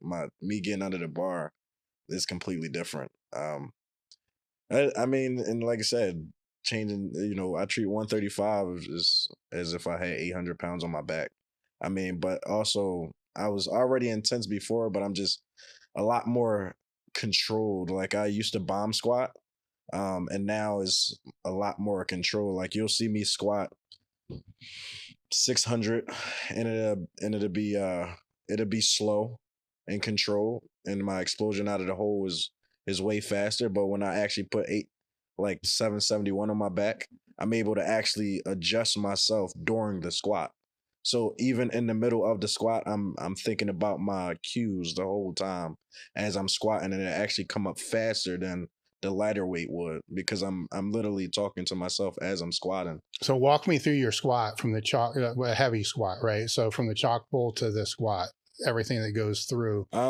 So from the time that I actually, obviously is placement, the whole time, as far as my hands and squeezing the bar with my traps and forcing my head back and getting my hips under the bar a lot more, so that I'm more parallel with the bar. So as I stand up and obviously taking my one brace, I don't really breathe twice. I take a really heavy brace on my first one. How do you do that? I just use a lot of interthoracic pressure. I used to be a chest breather, but now I take a lot of pressure into my abdomen. I actually bring my belt up higher just so that it'll be an even tighter brace. And as I go down, I think about starting with my hips versus my knees, because I used to start with my knees first and then pushing my knees out as I go down, and then loading my quads and my hamstrings as I'm getting to the bottom and feeling where I am in my squat, and then explode at the top. I might explode out at the bottom. Yeah. And the whole time I'm readjusting the whole time as I get higher in weight. And just trying to make sure that I hit those cues each time. What are the cues? It's just the brace, like I said, getting under the bar and pushing my head back and making sure that I'm kind of bending the bar as I put it between my traps. And then making sure that I'm lined up in the middle of the bar. And then, like I said, as I'm going down, focusing on just keeping the tension and tension where? Tension in my back, tension in my quads and my hamstrings the whole time, and making sure that my brace is tight enough to bear the weight. And as I get to the bottom, making sure that I stay upright, coming back up. Because obviously once I break that brace and I start to move forward, it's harder to control the weight, especially once I get into the heavier weights. So as long as I'm focusing on those things, no matter what the weight is, I'll move it. Mm-hmm. I think it is 135 is 800, and no matter what you put on the bar, whether you tell me what the weight is or not, I'm gonna move it the same way. Now, where does he break down if he breaks down? In the bottom. That's when he loses his brace, or he'll lose his positioning. Like I'll watch his squat when I see anything that goes wrong, is he'll get like a small like hip shift in the bottom, and it'll get him out of position, and it really starts to take notice when he starts to go into the concentric portion of the exercise. And I'm like, okay, cool. Like, hey, really focus on your brace here before you start the eccentric here. Stay in position and make sure like you're not letting your hips like get shifted at all. So like if he can just like stay locked in, it helps him tremendously. And this kind of goes back to what I was talking about earlier. How is he going to avoid the hip shifting? Just by forcing the knees harder? No, so sometimes he'll get started and just be more forward on his toes. So he won't. So he's starting wrong. Yeah. Okay. And which is leading to him being out of position in the bottom. Mm-hmm. So if he's able to hinge like he needs to at the hip and really stay locked in that same position the whole time, then he'll be good. Obviously, he's more of a quad dominant squatter if you look how he's built, how he squats. But obviously, of course, if he gets too far forward when it's that much weight, it's all going to go downhill. Yeah. Yeah. So, but what I was going to say too is one thing is with how much he squats at his stature, it's hard to stay tight and stay locked in position when you have that much bar whip. You know, like there's not many guys squatting almost 800 pounds or more at his height and stature. So that's one thing I think of like, okay, we're having a really hard time staying in position here. And he's like super fast twitch dominant. So what I've done is just cut down the amount of reps and gave him a little bit more sets. So like more singles, more doubles, and that's it. Versus me having him do like, all right, yeah, you're going to do like 750 for 4 today, or for 3 today. It's super hard to do that, and for him to stay in position. It's not that he's not strong enough to do it. It's a lot, you know. Yeah. Where does he break down? It must be nice. Where? So Josh, I will just use this past squat for example. Oh, this sounds like it's good. So, like his best squat to me is 700, but I'm like, all right, Josh, like you're stronger with the squat more than that. It's just about how we're going into the squat. Like any small thing that breaks down, it's going to cause you to miss the weight, especially when everything's like maximal at this point. So, for example, he was squatting more with the bar, high bar for a while. And he's also like really quad dominant squatter, and it would get forward. And when he had the bar high bar, he was having a really hard time staying upright. Like his back would just want to get folded. So I was like, all right, let's move the bar down your back a little bit, not completely low bar because that's changing a lot of things all of a sudden. Just move it down to like where it's about in the middle, and I'll just put us in a better spot as long as it feels comfortable. And then from there, just making sure we don't get too far forward. So sometimes we'll get a little bit forward. And it'll just cause him to collapse, like coming out of the hole. His knees will start to cave a little bit. And I can see his feet as well. He'll have a little bit of inversion going on. So we'll try to prevent those things and just work on his hip stability. So one thing I hammered this past time is his unrack, because he would pick the weight like kind of violently and stand up with it. I was like, just be real patient, ease that weight out of the rack. The reason being is because one, it gives your body more time to adjust and like get used to that weight and that load, but also lets the weight settle. So when he's able to do that, the weight's going to be a lot more comfortable on his back, and the weight's not going to want to shift him around. So like his hips, like in his squat this past week, were like going back and forth. Like he couldn't really find his brace and keep him in position. I'm like, just relax and like pick the weight slow. And I always tell athletes, like, pick the weight with your hips, don't pick the weight with your back. So like some people want to pick the bar of the rack with their back versus picking with their hips and standing straight up. So that's one thing we worked on, and that's where he was breaking down, primarily in his squat right now. But that's it. It's nothing like that's detrimental, but it's something that, needs to be fixed if he wants to hit, 730 or more at the meet. Well, I would tend to agree that most lifts are missed with the setup. Yeah. So what would be the optimal setup that you would advise somebody to do? For squat, assuming they're just picking it and they're not walking it out. We'll go both, but we'll start with just the monolift, just picking it. Because I assume that's what these guys are doing. Yeah, they both have the monolift. Yeah. So the biggest thing I'll say is this is, of course, if you're squatting low bar, make sure the bar's in good positioning. Make sure the monolift arms are where they should be, because the biggest thing is if you can't create enough thoracic extension in your upper back, your chest is going to want to collapse. So wherever you're setting the bar is going to be a huge, huge factor. So getting in a good position with that, make sure you're cranking the bar in, squeezing it tight, creating thoracic extension in your upper back. And then from there, just making sure your feet are in a proper alignment. So like one thing with people is that sometimes their feet will be too far back from them. And what often you'll see is that they're picking the bar with their back. They're like doing like a small good morning out of the rack. So making sure your feet are centered under you. And then from there, just standing up with the weight. So what taught me that was being a multi-ply lifter. When I was at Westside, that's how I learned to do that, because I was trying to pick 800 plus pounds out of the rack with my back. So being able to just pull my hips directly under me, be really patient, it helped me a ton. And that's what made everything be so smooth. So for like the common person, if they're able to just pull their hips under them, and then they might have to think about squeezing their glutes, honestly, to get that activation, it's going to change things. And people too, they won't want to have their pelvis won't want to be in a neutral position. They'll have a lot of like anterior pelvic tilt. So pulling their pelvis into a neutral position and standing straight up just makes things like 10 times better. Mm-hmm. So if they can feel that, and then on top of that, creating enough intra-abdominal pressure out into their obliques and creating it between them and the belt, that alone is also going to make it way more stable. So it's just a matter of getting the air, creating that brace, and then standing straight up. Now, what if they have to walk out? So if they're walking the weight out, I would still say like mimic those same steps. So still do those same things, but the only thing I would change on that is their breathing. So if you're walking weight out, you're going to lose a little bit of air.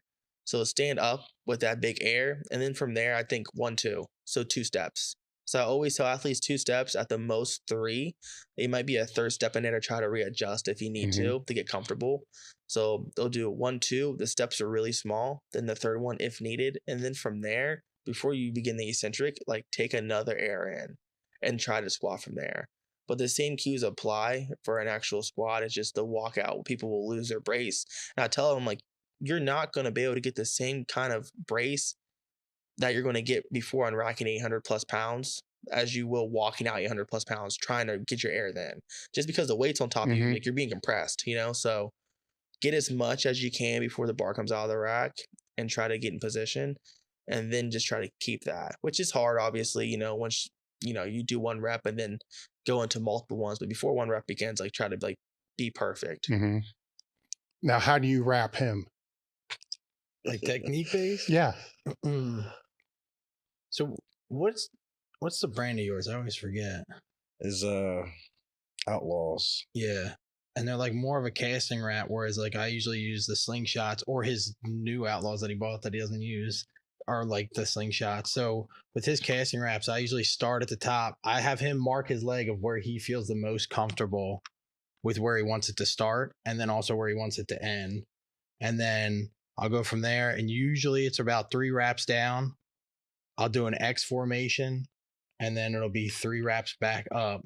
And as I wrap around, I try to take all the tension out the whole time. So now with the X, is that over the knee or behind the knee? Over the knee. And then usually, because I was always taught that you lay across the knee so that you don't pull somebody's knee off. I don't do that anymore. I crank it across and then crank it down. Like, he wants them as tight as possible, so that's what I give him. Like, I feel like I put the most strength into just pulling it so that it's got so much tension wrapped up around it that when he goes down, it'll have enough force to stop him, and then he'll usually just use his quads to get himself back up. Have you always done it like that? Me? Yeah. I can't even remember how I used to wrap myself, honestly. Once I Just stopped around? once I stopped wrapping myself, I pretty much forgot the technique after that point, because it was just nowhere near as tight as his at all, or Jaden's. I never knew what it felt like to even have tight wraps like those. I had always had casting wraps, but it was nowhere near as much tension. I mean, when he every time he wrapped my knees, I always have scabs. Even well after training. It actually sometimes feel like he pulled my knee out, even though he don't. But it's, I don't know. Have you played around with different styles of wrapping? At some point, the wrap's kind of irrelevant. It's how tight it can go and what the style of it actually is. I don't think I ever truly played around with styles of wrapping. I pretty much learned from like my old team, and I pretty much just took it from them, and then I kind of wrapped myself after that, and then once I met them, they pretty much had their own style, so I just pretty much went with it for the most part. Even though it probably would have been smarter to learn my own style of rapping, but so far I just got these 2 amazing people, so I never really had to worry about it anymore. So I'm pretty sure one day I'm probably gonna have to learn it again. I don't know what that's saying about you, man. One day I'll disappear. Yeah. I told him just at least put me in like the biography once he gets one. I mean, I've used different techniques on myself. I try not to change anything for him just because I don't want to screw him up. Like, just because we don't wrap that, like, we only really wrap it when we're actually in prep. So it's like, I know what I can feel when I do it to myself. So sometimes if I want to take the X out and I just do straight wraps around my leg just to crank it on a little bit tighter, I'll do that. But I'll only do it to myself because I don't know how it's going to feel to him. And I don't know if he'll be able to let me know if it was the weight that made something happen or if it's the wrap itself. But like, I always make sure with mine and his wraps that like, it's almost like you're mowing the lawn where you kind of go over half of, or like close to half of the last wrap so that there's no gaps. Because once a gap happens, it's like the wrap's irrelevant. Yeah. Well, and also it's a when you see it, right? The first thing I see, if you see a video and there's like knee popping through the wrap, it's like the rapper sucks. Right. So it's you, right? So it's not going to be him that's going to get the blame for that. No one's ever going to say, man, he doesn't know how to rap, because it doesn't work that Yeah. way. It's like, who the hell wrapped him? Yeah. Yeah. Right. So I find myself like when we watch new, because I feel like wrapping, people have been wearing sleeves a lot more for the past couple of years that I've been powerlifting now. And it's like, I feel like wrapping's finally starting to come back more outside of geared lifters. So like when I watch people learning how to wrap or wrapping themselves, it's kind of hard not to want to like put an input in and be like, I think you could do this better if you did this. But then it depends, because sometimes they'll go to a meet and there'll be somebody there who actually knows what they're doing to wrap them so they can at least pull off whatever squat they're going to do. what do you see that they're doing that's screwing them up? Sometimes I feel like they're not tight enough. Like you can watch a video and it just looks so loose on the wraps. I know what you're talking about, especially if they're real strong wraps. Yeah, but it's like a lot of them are already strong squatters, so like they don't really notice the difference, I think, between having their sleeves on to the wraps. Whereas like my raw squat's horrible. It's like we barely got 535, 545, and it's like my left leg just shuts down. But when I have my wraps on, I could squat up to 700. Like it feels comfortable, and I don't really have that same like leg pain.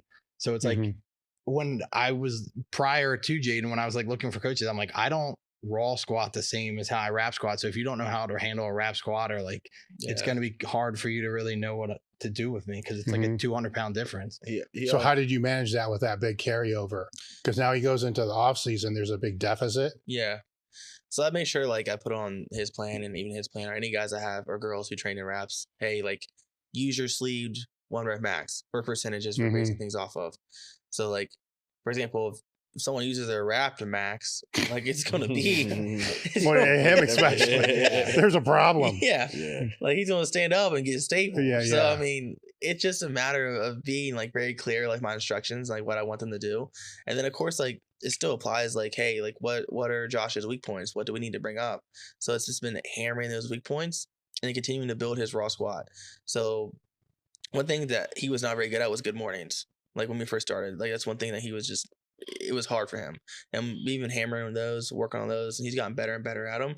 And a lot of it too was just figuring out, like, of course, like how the movement should feel. And that goes for a lot of other accessory things we threw in. So just getting more efficient at those and becoming better at them. And, you know, he started to get a good carryover. So I assume you love the good mornings too, because all I see now is all this mobility crap, you know, and all this stuff that you suck at. Yep. They're my favorite thing to do outside of deadlifting. Yeah. I was about to say, he also don't mention that he was shot in his leg as a kid. That got a lot to do with his squat too.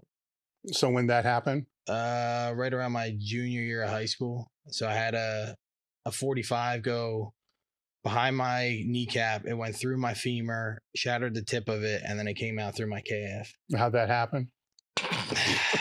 There's got to be a story here. It's either brutal or stupid. No, it was one of those like dumb situations. Somebody else had a handgun in the room. Like we were all trained to handle like firearms. And when I came back up from getting changed and we were all hanging out for the next day that we were supposed to go shotgun shooting, not handgun shooting, the magazine was already out of it, but the chamber wasn't racked back. So then when I came in and I sat next to the kid who was the second person to have it, I said, you know, check the chamber. And I had both my legs like stacked on top of each other. And I was sitting the same distance we are now. And when I said check the chamber, I kind of just turned away. And then next thing I know, I just smelled like, it smells like burnt sausage, in my opinion, like gunpowder when you're that close. And I got up, I walked out of the room, and then I sat down in front of the couch and I looked at my leg and there was a big hole in my leg. I like pulled my pants up and I was you like, didn't know? Oh. No. So like, and I've said this to people before, like it happened. Like, he's trying to stand up with two blown quads. You blow your fucking leg off and you don't even know it. So it's like, it was a full metal jacket round. So like when I got up to walk out of the room, in the back of my head, I kept thinking like, I heard it, so like must have grazed my leg, or maybe it went through my foot and it's like all the way down, or it went through like my heel. And then when I finally like sat down and then processed it, like when I looked at the hole, it was just like a hole right behind my knee. There was like the skin was like peeled over like a flower. And then I was like, okay, now where did it go? And then when I looked at my calf, there was like a tunnel that went through. So like the skin was down and there was skin above. And then there was no hole out of my pants that I had. So it just kind of hit the pant and then fell to the ground. So it was like, and that's when I ended up starting powerlifting, because I went back from, I think before that, I was barely even like doing any crazy lifting. I think I was doing like, not bodybuilding. It was like physique model type stuff. I was just doing like all body groups and trying to do whatever. And then when I came back, I was like, all right, I think I want to actually get strong in like squat, bench, and deadlift. So then I met with like some powerlifter people, and that's how I built back. But it's been like a whole recovery with this leg, because I had screws in there, and then they were cutting my IT band, so they removed the screws. And then a guy at the gym was like, oh, you're going to get scar tissue if you don't like take a softball to it. And I didn't know I had stitches still inside. I thought there was just the stitches on the outside. So I took a softball to it, and then it created like a ganglion cyst or whatever of like joint fluid. So like every time I would flex my quad, a big bubble would just form, or like right where they cut through to actually get the screws out. So I went back to the doctor and I was like, I don't know what happened. I guess the stitches just broke on their own. Like, oh, so like, hold on, we'll stitch you back up. You'll be all right. So then after that, like whenever I squat heavy, that's the only thing I've noticed is like, even after a meet, like post meet, like that whole like week after, it like sucks to like go up steps and stuff. It almost feels like, my legs just like dead. Like the whole, it's just like the left side of it where the IT band is, it just kind of like bums out. And that's the same reason I feel like sometimes on my squats, like I try not to squat when it rains, because I feel it the most when it's like a rainy day. But yeah. Crazy story. Any other stupid shit that you've done? Nah, I think that's the worst. So walk me through, because we went through the squat, walk me through the bench. Like, how would you have people set up for their bench? All right, so like these two bench like completely different, for example. So with Nydir, he's a tricep dominant bencher. So he benches very similar to like how I bench and how I set up on the bench. So for example, usually how I look at the bar is where I'm going to set my hand. So like I'll look at the rings. So I put my pinky on the ring, which is still kind of wide for a guy my stature, but it's still of a closer bench. So I'll set my pinky up around on the ring. That's where I normally grab. And then for me to set up on my bench is like a whole thing. So I'll get up like on my upper back, and then I'll pull my feet up on the bench, create the upper back tightness. And when I say create upper back tightness, I'm not saying like completely retract your scapula entirely. So people will retract their scapula entirely, and like it does not allow like your humerus to move or your shoulder joint how it should. So like for like the most like natural movement from like a biomechanic standpoint, I would say would be just to let your like slightly retract your scapula, but also let it to like depress down into the bench. So then you're in a position to where like you can also like fully recruit your chest as well. And that's what I noticed for me. It helped my bench a ton. Like I would be like retracting my scapula way too much, and my chest was like out of the movement entirely, I felt like. And it just would become like this like tricep movement. That was it. It's like when I quit like focusing on that and then actually think about like creating that tightness in my lats and like driving them down towards my hips almost, it made my bench feel 10 times better. So just properly knowing how to set your upper back versus some people just think like squeeze your traps. They're just like traps. I'm like, that's not lat tightness. That's not getting your back tight. So just thinking about those cues for your actual back. And then in terms of leg setup, that's like the most important thing I think for a lot of lifters, is because people will sacrifice their leg drive and they're losing like 30 to 50 pounds off their bench immediately. So for me, I bench with my feet on the floor. So one thing I think about is almost like doing a hamstring curl when I put my feet on the ground. So my hamstrings are sore and fatigued, and my glutes are every bench day just because I'm squeezing and flexing them so hard. So I put my feet flat on the floor, and then before the bar ever comes out of the rack, I'm pushing the floor away from me. And when you see people's butt come off the bench, it's because they're pushing down into the floor versus pushing the floor away from them. So I always tell people, push the floor away from you. Or I think like, hey, think of like Mario and you slip on a banana peel. Like your foot's going that way, not going down. So I just kind of tell them to mimic that or think of that. And then, of course, squeezing their glutes and hamstrings. Some people you'll see like they get happy feet, move their feet around when the weight gets like heavier and they get amped up. So still lock your feet in play, then also just drive your knees out, which will like get their hips tighter, flex their glute med more automatically, just creates more stability.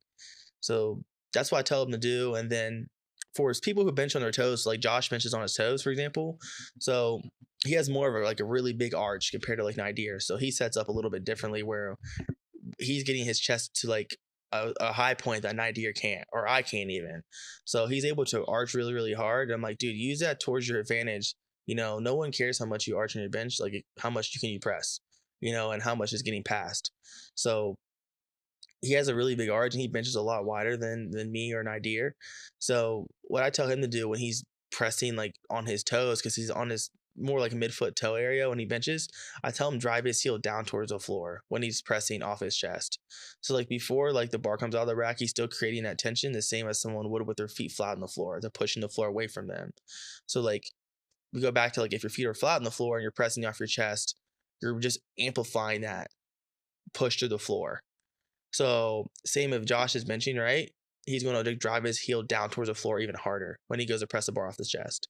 So just taking like almost of just for driving a car, like Stacy Burr would always say, like gas pedal, like smashing the gas, like driving your heel down. So that's kind of the same thing I tell him to do for bench. Now, when do they get their air? So for air, I usually have them, of course, take that before the bar ever comes out of the rack. And what I tell both of them or any of my other athletes is like, hey, take that air in and try to keep at least for 2 reps. So like if we're doing a triple, 1, 2, third rep, get another air, and then there you go. But the problem is, I think with some people is that they'll get 1 air and they'll try to hold it for like a set of like 5. Like you're not going to make it the whole set. You're going to pass out. Yeah. So that's one thing is knowing how to put your air in there accordingly to your rep scheme for that set. If it's a 1 rep max, of course, 1 big air and keep that brace, but you're still filling up, you know, the same way as you would for a squat. But of course, you're keeping your chest at a high point. So like if you don't have like a bunch of air that's, you know, creating intra-abdominal pressure, it's not the worst thing. If some of it goes to your chest and your chest rises, it's not, you know, it's only going to help you in the sense of getting the bar to a higher point versus, you know, pressing down at a lower point. So, it's just those things. Yeah. Just taking the air in like you need to for your set and just maintaining it, you know, throughout the. Now, where will they break down? So with Nydir, I mean, he has a strong bench, but it's just, I never know I'm going to get some weeks. I mean, he might go in there and just, I don't like some weeks he'll go in there and he'll blister like, you know, like 420 easy. Right. And like for multiple sets, he'll go run it for like doubles or something. And then like some weeks it's just like, okay, like why is 385 moving like it's 450 pounds? So it's just one of those things where, you know, it's just finding consistency. But with him, he'll break down a lot of it. I honestly feel like it's sometimes how he sets up with his lats. Like one side will be way tighter than the other, and one arm will lag. And when after he gets worked on, it's way better, and then his lifts look way more fluent. And then with Josh too, like if he's like just beat up or his bench is just not coming along very well, I mean he'll just break down like top. Like we'll do like, so this prep what we did a lot of close grip board press, and like that's something else he's like really struggling with. But it's helped his bench a lot. So just helping a lot of lockout, and if he misses, it's like halfway up. All right, so walk me through the deadlift now. So, we'll go pick whatever you want first, sumo or conventional, doesn't matter. All right, so both these guys pull sumo. I pull sumo as well, so I'll just go ahead and start off with sumo. So with both of them, what I have most of them do for out of meet prep, so as they're ramping up for deadlift, I have them pull off like a 1-inch mat versus pulling off the floor, just to save a little bit of fatigue. And then of course as the meet gets closer, we'll take the mat out for the last. So the plates are on the mat. Yes. Yeah, pull up blocks. Yeah. So we'll pull the blocks out as the meet gets closer. So we're like working at like a lower point, then we're eventually on the floor. So for sumo deadlift, you know, what you're doing is, of course, finding a good shin angle. Like it'll be between 90 to like 45 degrees, just kind of depending on like your built and stature. So you just want like a vertical shin angle to really sum things up. In terms of setting your feet up, you know, look at the lines on the bar, on a deadlift bar. You know, Kabuki bar is going to be a little bit further out than a Texas deadlift bar or a Rogue. So just finding that line, lining up on it, and then of course from there, of course, just thinking about wedging your hips closer to the bar. And this comes back to like what I talked about earlier, is like where your pelvis is positioned. You know, some people will automatically try to pull sumo with a anterior pelvic tilt, and it puts them in a weird spot versus like keeping it like in a neutral position. So if they can keep your pelvis in a more neutral spot, they're able just to go down and really grab the bar and just stay in better alignment. So the number one thing I tell athletes who want to get into sumo is like, look at your knee travel. Like, you want to get a little bit more of lateral knee travel, so pushing your knee out just to wedge your hips close to the bar. And that's one thing that's just going to fix things like that versus trying to automatically correct wedging your hips if they absolutely can't, you know, because it takes time to get that range of motion and mobility. So as we continue to progress on that, them getting in position becomes easier. And then, of course, like learning how to move a sumo deadlift and understanding it's not a conventional deadlift, because you'll see so many people want to do a sumo deadlift and try to like conventional deadlift sumo. Mm-hmm. You know, it's well, explain what you mean by that. So they'll start with the hips further back from the bar, and they'll be bent over at the chest, and they'll just do a conventional deadlift with their feet spread apart, essentially. Yeah. So it looks crazy, Mm-hmm. and it's not efficient at all. So that's when I tell people, like, no, like, but then you tell them that, and then they try to do the next extreme and leg press the bar off the floor, like squat a sumo deadlift. And I'm like, you're putting your hips in a position they're not supposed to be in. Because if you start with your hips too low like that, first thing they do is they shoot back up in position they naturally want to be in. So like one of the things, you know, I tell people is, say, okay, if you absolutely cannot find where your hips need to be, there's two things I'll have someone do. You can do a chair deadlift and have someone who knows how to put your hips in a good position, or a coach. Or, you know, if I'm working with someone, for example, I'll have them, you know, do a chair deadlift where their hips need to be for a starting position, and we'll build from there. Now we know where we need to be at, and then we can mimic that now into their actual deadlift. We can do that as a warm-up, or you can do it as an accessory movement. Another thing is have someone do one rep, and then when they come back down for the second rep, where their hips are at will more likely be where they need to have their hips for the actual lift. So it takes them maybe one rep or two reps to find that starting position, but when they do, it's like, okay, cool, mimic this next set. And then like the more advanced the lifter is, the more like technical I can get and really break things down. But, you know, once they're wedging their hips close to the bar, of course, in that process, they're making sure they're creating intra-abdominal pressure, the same thing as they would in a squat. When? Before they go down to the bar. Yeah. So if I'm, you know, I pull hook grip, you know, mixed grip, it doesn't really make a difference. You're creating that pressure, and then you're going down, grabbing the bar. I always recommend lifters go down one hand at a time, just because they can really take that extra second and just get set up and create that lat tension throughout each arm individually. So like you just got to be able to really find your lats and find your upper back tightness. So like I'll just do a couple different cues myself with my upper back and arms to like feel like, okay, hey, there's a connection there. Like this is after I set my feet on the floor before I pull. And then from that point, I'm able to go down, grab the bar, set my hook grip, create external rotation all the way up through my elbows into my shoulders, which will pull my chest up more. So another thing I hammer is like getting your chest up. So the first thing I tell people is like, hey, like make sure your shoulders are back. Don't like retract your scapula, but like pull your shoulders back in a sense to where they're in a good alignment, like with the rest of your body and the bar. So like they're not like over the bar, you know what I mean? They're like almost directly like in line the bar, or a little bit behind even. To pull, and it just makes everything way more vertical. Like if you look from the side, everything should just be lined up like smoothly, and your chest is like in an upright position versus being bent over, which is for me, it's hard because I got short arms. So like if I really want to get like upright, I gotta like really wedge in there, and that's one reason why I pull with a dynamic start, is just to be able to optimize that even more. Mm-hmm. So where do they break down?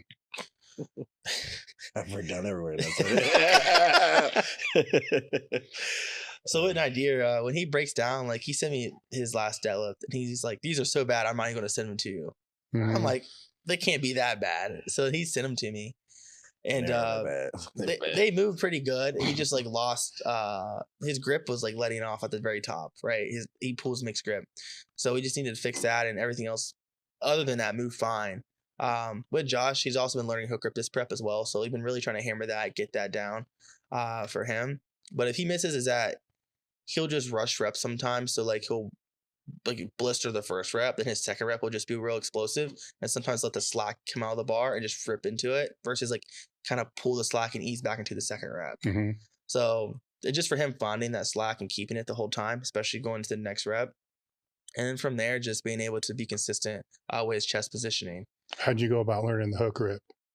It took some time, because I used to, when I first tried to start to learn it, because we were just like going back and forth about it, I kept trying to like stick my whole finger around and then grab my thumb. And I was like, this just isn't working. I just felt like it was just ripping my skin off. And then weights would get heavy and it would just fall out either way.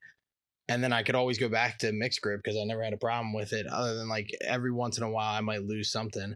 But then I want to say it was like one of our last conversations. Like I finally figured out to like just barely put my thumb around, and then it was once you like twist, it makes such a difference on like locking in, because then your like lats are tight and then you're upright, and it just feels like it's sitting in your hand. It's not all the weight's on your thumb at that point, so like the motion feels so much better. So you were carrying it too high. Yeah, I was just really shoving it in there because that's what I thought you did, and that's why I was so confused. Why it took people so long to do like hook grip when they would go up there. I'm like, what are you doing? Like, just stick your hand around it and pull it off the ground. Yeah, it's just about getting the bar in a good position in your hand. Like, basically people will set the bar too deep in their palm and they'll smash it in there, and what happens is they'll just clamp down on it and squeeze, and the bar is going to like start to move no matter who you are. Like, you can have the strongest grip in the world, it's going to tear your hand, and when it starts to spin, like, it's over. And then from there, like, they don't lock in like those last few fingers. Like, what I have people do is, like, once they set the bar in their hand, I tell them to pull the slack out of the bar, and then that'll automatically move the bar kind of down lower in the fingers. And then from there, they're just squeezing their thumb. And then, of course, when they grab the bar with their thumb, come across horizontally and not straight on. So from there, it makes it to where you're able to set your hook grip and lock in your thumb. And then once you create external rotation, you're able to lock in like your pinky and then like the rest of your fingers. And then it's like he was saying, you're able to lock in your lat tightness. Your chest is up now, your back's tighter. Like, it all goes hand in hand. And once you do that, like, you're not going to drop the bar as long as you have like a semi-strong grip. Yeah. So with their squat tomorrow, if it's 3 weeks out, is that the heaviest squat that they're going to have? Yeah, so he went ahead and took his squat earlier this week. So that was the biggest squat he's going to take this prep. The same for him. This is his, biggest squat he'll take. Yeah, we have time to do one more heavy squat, but it wouldn't be beneficial in my eyes for either of them, especially how this whole training has went, because we know what we need to do at this meet, like what goal we need to hit. Like, this is what our goal has been for this last two meets. Yeah, so hit a big squat tomorrow, and then our next heavy squat will just be our last warm up. So let's say we open up like 760 this meet, right? All right, we'll take our last warm up. We'll say it's 700. So that would be it, and he shuts it down. So it'll take one more squat. It'll be really easy. Same with Josh. When's the last deadlift then? So his last deadlift will be next week. He'll pull that next week, and he'll pull that next week. All right. Then the last heavy bench is what? We'll do that. It won't be a week out. It'll be the week before. So we'll hit another heavy bench. I mean, it lines up perfectly, especially for him, because we just went heavy this past week with a few singles. Same for him. So that'll be the best thing to do, because in the following week we can just hit an opener and call it. Yeah. Now, with your bodybuilding background, when they go into the off season, how do you ramp up that volume? Do you have the week off and you just hit it, or do you ramp it up? So I know he wants to train like right away. He's like, I'm ready to be back in the gym tomorrow. I'm like, so what I'll do is just be like, all right, cool. Like, take this. I give them 2 days. I do for both of them. I do this for almost all my athletes. For a meet, I say, even the week of the meet, all right, here's 2 days to go into the gym. Don't take the whole week off. I want you to still move. So I'll send them like 2 blood flow days. It'll be like some banded work, some reverse hypers, some cable accessory work, nothing fatiguing. Like 2 sets of 20. And these are at like 60% intensity. So they're pretty easy, nothing too taxing, and make sure we can get in and out in under an hour. Yeah. So I'll do that. And then the week after the meet, I do the same thing. I put 2 days on there that are very similar, but they're a little bit shifted towards like actually like pushing intensity a little bit more. So probably like 75%, maybe 80% depending on the movement. And then from there, going into the next week, it still will be no barbell work. So this will be the week after the meet, or the second week after the meet, essentially. There's usually still no barbell work for the most part. There might be like some benching, for example, but it's a lot of bodybuilding stuff, because I kind of want to give them that time to recover and not load their spine any more than I have to. Just let their CNS become in a better spot, and just let their body just get over any like potential nagging injuries they may have, or being beat up at all. Now, how high will that volume pull up as far as work sets? After those, you get through those weeks, then you start scaling up. Yeah, so depending on the the body part. So let's say we're training legs. So I have for him, for example, I have his training split to where he has his glute and hamstring on his deadlift day, and then I have him doing his quad work on the days he's squatting. So quad wise, it'll probably work up to no more than 10 working sets in a session, and that's like it. I think that's plenty, and then that's not counting his squatting either. Yeah. So take that in consideration. That'll be more than enough. Then sometimes I might push the volume up a little bit more with him, just because I know he can't handle some of that in the off season, depending on the movements. I'll just ramp like his back training. I'll bump it up a good bit more, so he might end up hitting 12 working sets in a session, which is still plenty. I think for hypertrophy and recovering, and still being able to push other lifts as they get heavier as well. What were some of the things that you've changed over the past 2 years that's made a huge difference? As far as training goes, or training, nutrition, recovery, all of it. Just nutrition, getting the right amount of protein in general has made a big difference as far as like energy and recovery. Also body work. So I go to 2 different people. One of my guys is Richard Sharon, and he does like a lot of my cupping and scraping. And he does like electrotherapy too, also in the same token. So he does a lot of that for me. And then my regular, not regular, but my deep tissue massages, I go to a girl, she does recovery. And her name is Danica, and she does a lot for me. I'd probably use that way more than I've ever. And then I also do the chiropractor, which helps me a lot to just keep my body in great shape in order to even do most of his things. And then also just a split as far as the 4 days versus I used to go 5 days a week when I was with my old training team, which was like the worst ever for me. Like the 2 days off felt like I just never had a day off ever, and we was just pushing heavy all the time. We would push maxes a lot, and that's why when I first came in with them, I was like always ready to go for a new PR, because that we would do that a lot. We'd go like 3 weeks, and then we'll go into another PR and just see where we end up at. And by the time we get to competition, I didn't try to max out like 3 or 4 times getting towards competition.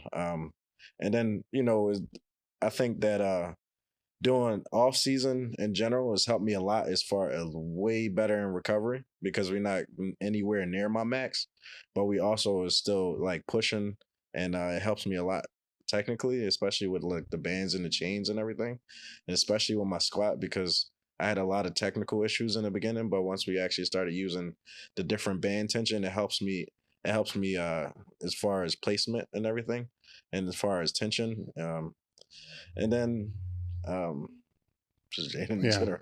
What about yourself? Yeah, before we linked up, I used to do I had like I would use like Russell's like cookie cutter workouts as like my off-season workout, and then I had a conjugate one that I would use in like meet prep. It was just a 12-week one that I kept. I used it probably like at least for 3 meets prior to all of us working out. And then Nydir helped me a lot with fixing my squat, because he's right there with me. So we're able to fix a lot of issues immediately, and then also help me with my confidence, because I had really bad confidence in the squat because I was always worried that something would go wrong. And then I've also had a meet before where I bombed out because I had like a bad rap, like a really bad rap. So when we started, working out together, he really helped push my squat, which took me from like, just with Jaden's coaching and then his cues and then also mentality, I went from 5, I think I did at the meet that we were at together. It was like 5:30 or something, or not even. Somewhere around there. And then now we're in the 7s, and it feels comfortable too. It doesn't feel like when I get under the weight, like I'm just gonna crumble, like break. He was very nervous when I met him.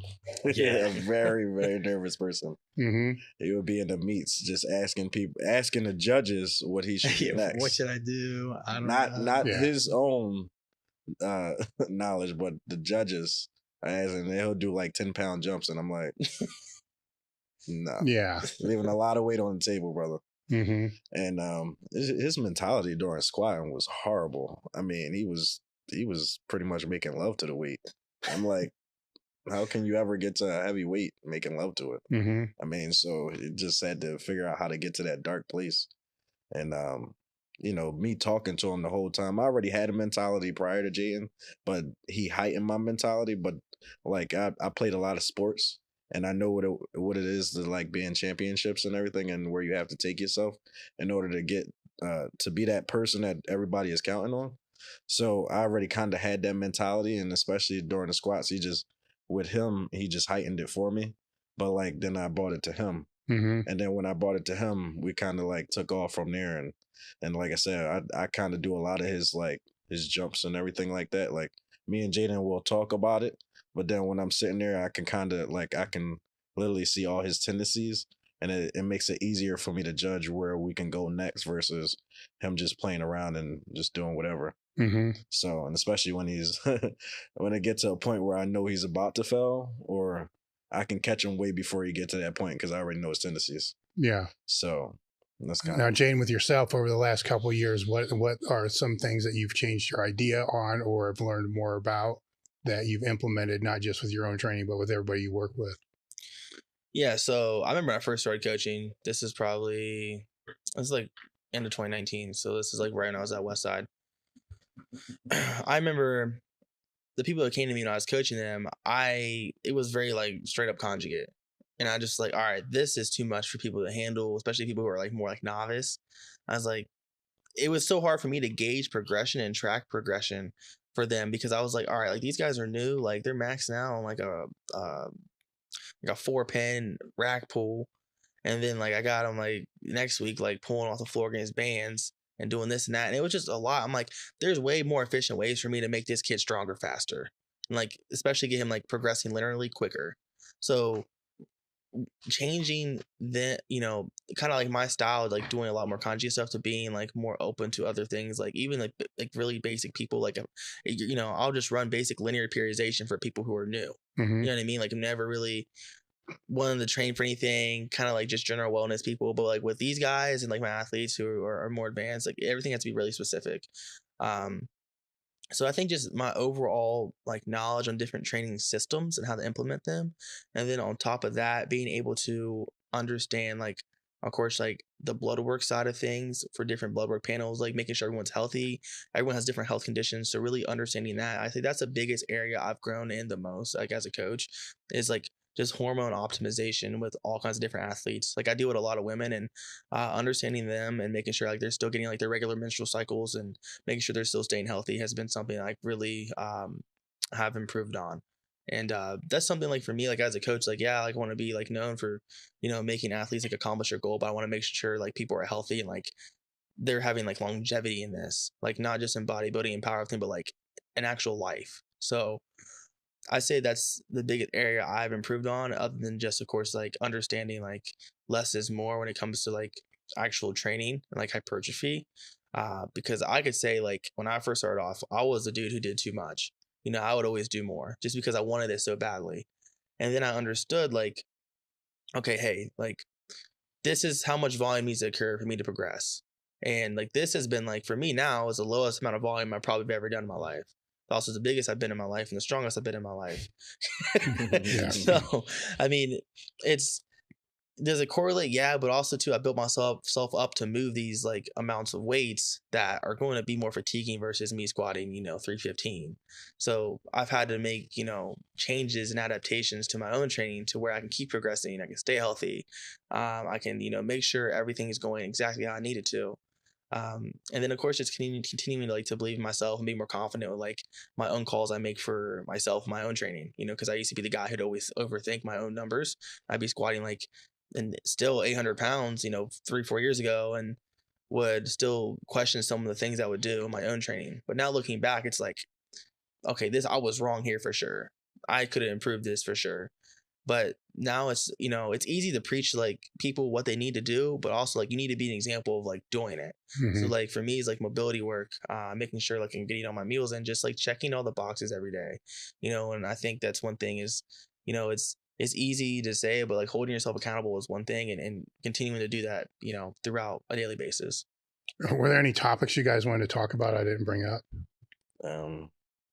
Squat setup. I think. Well, day in a life. Here we go. This will be a good one, right?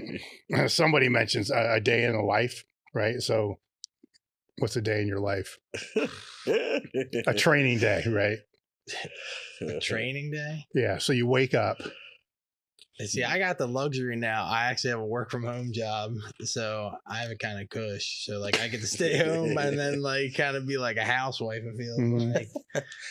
Take my son to my mom to watch him while I do my job and everything, and then still get like everybody ready for dinner and all that. Yeah, but then when it's a big squat night or like a big bench night, we always try to carb up. So I try to make sure that I do eat healthy, kind of enough that you eat enough. Yeah, I make sure that I consume at least the carbs that we need the day before and the day of if we have a big lift coming up, just because I know how it feels when you're not. A lot of McDonald's. It's not McDonald's. It's so weird. But no, I think sometimes it does get tough though. Like there's times where you have to make calls where you're like, family matters and things like that can get in like the way of like lifting heavy or just your mentality when you're in the gym where you got to make calls like, I think we should push it another night. Or there's been nights where like we've gone in and you've done like a 24 and it's like you kind of got to make calls on like, where do you want to go with the lift? Do you want to take tonight off? Like, just because we started and we'll wash it and we'll go to another night, or do you take that chance and, you might get the lift or you might not, and then you're going to beat yourself up when you don't. So how do you navigate that? I mean, for me, it's all about feeling. I can kind of, honestly, with my squat, I can kind of push the limits a little bit more. So as far as my mentality with the squat, I'm gonna do it regardless. Honestly, I mean, my work schedule haven't changed in 9 years. So I've been with the department 9 years, and I've done crazy schedules, and actually came in max squatted after 24 hours. I'll just load up on pre-workout, and I just zone out, take myself to that dark place, and do what I got to do. I mean, because honestly, I don't really get the luxury sometimes to say, hey, I can come Monday, Tuesday, Wednesday, and my days will be all the same. Every week that we train is different days. So it's never like, the same amount of days. Because some days, because of the way my schedule runs, every day it rotates down a day.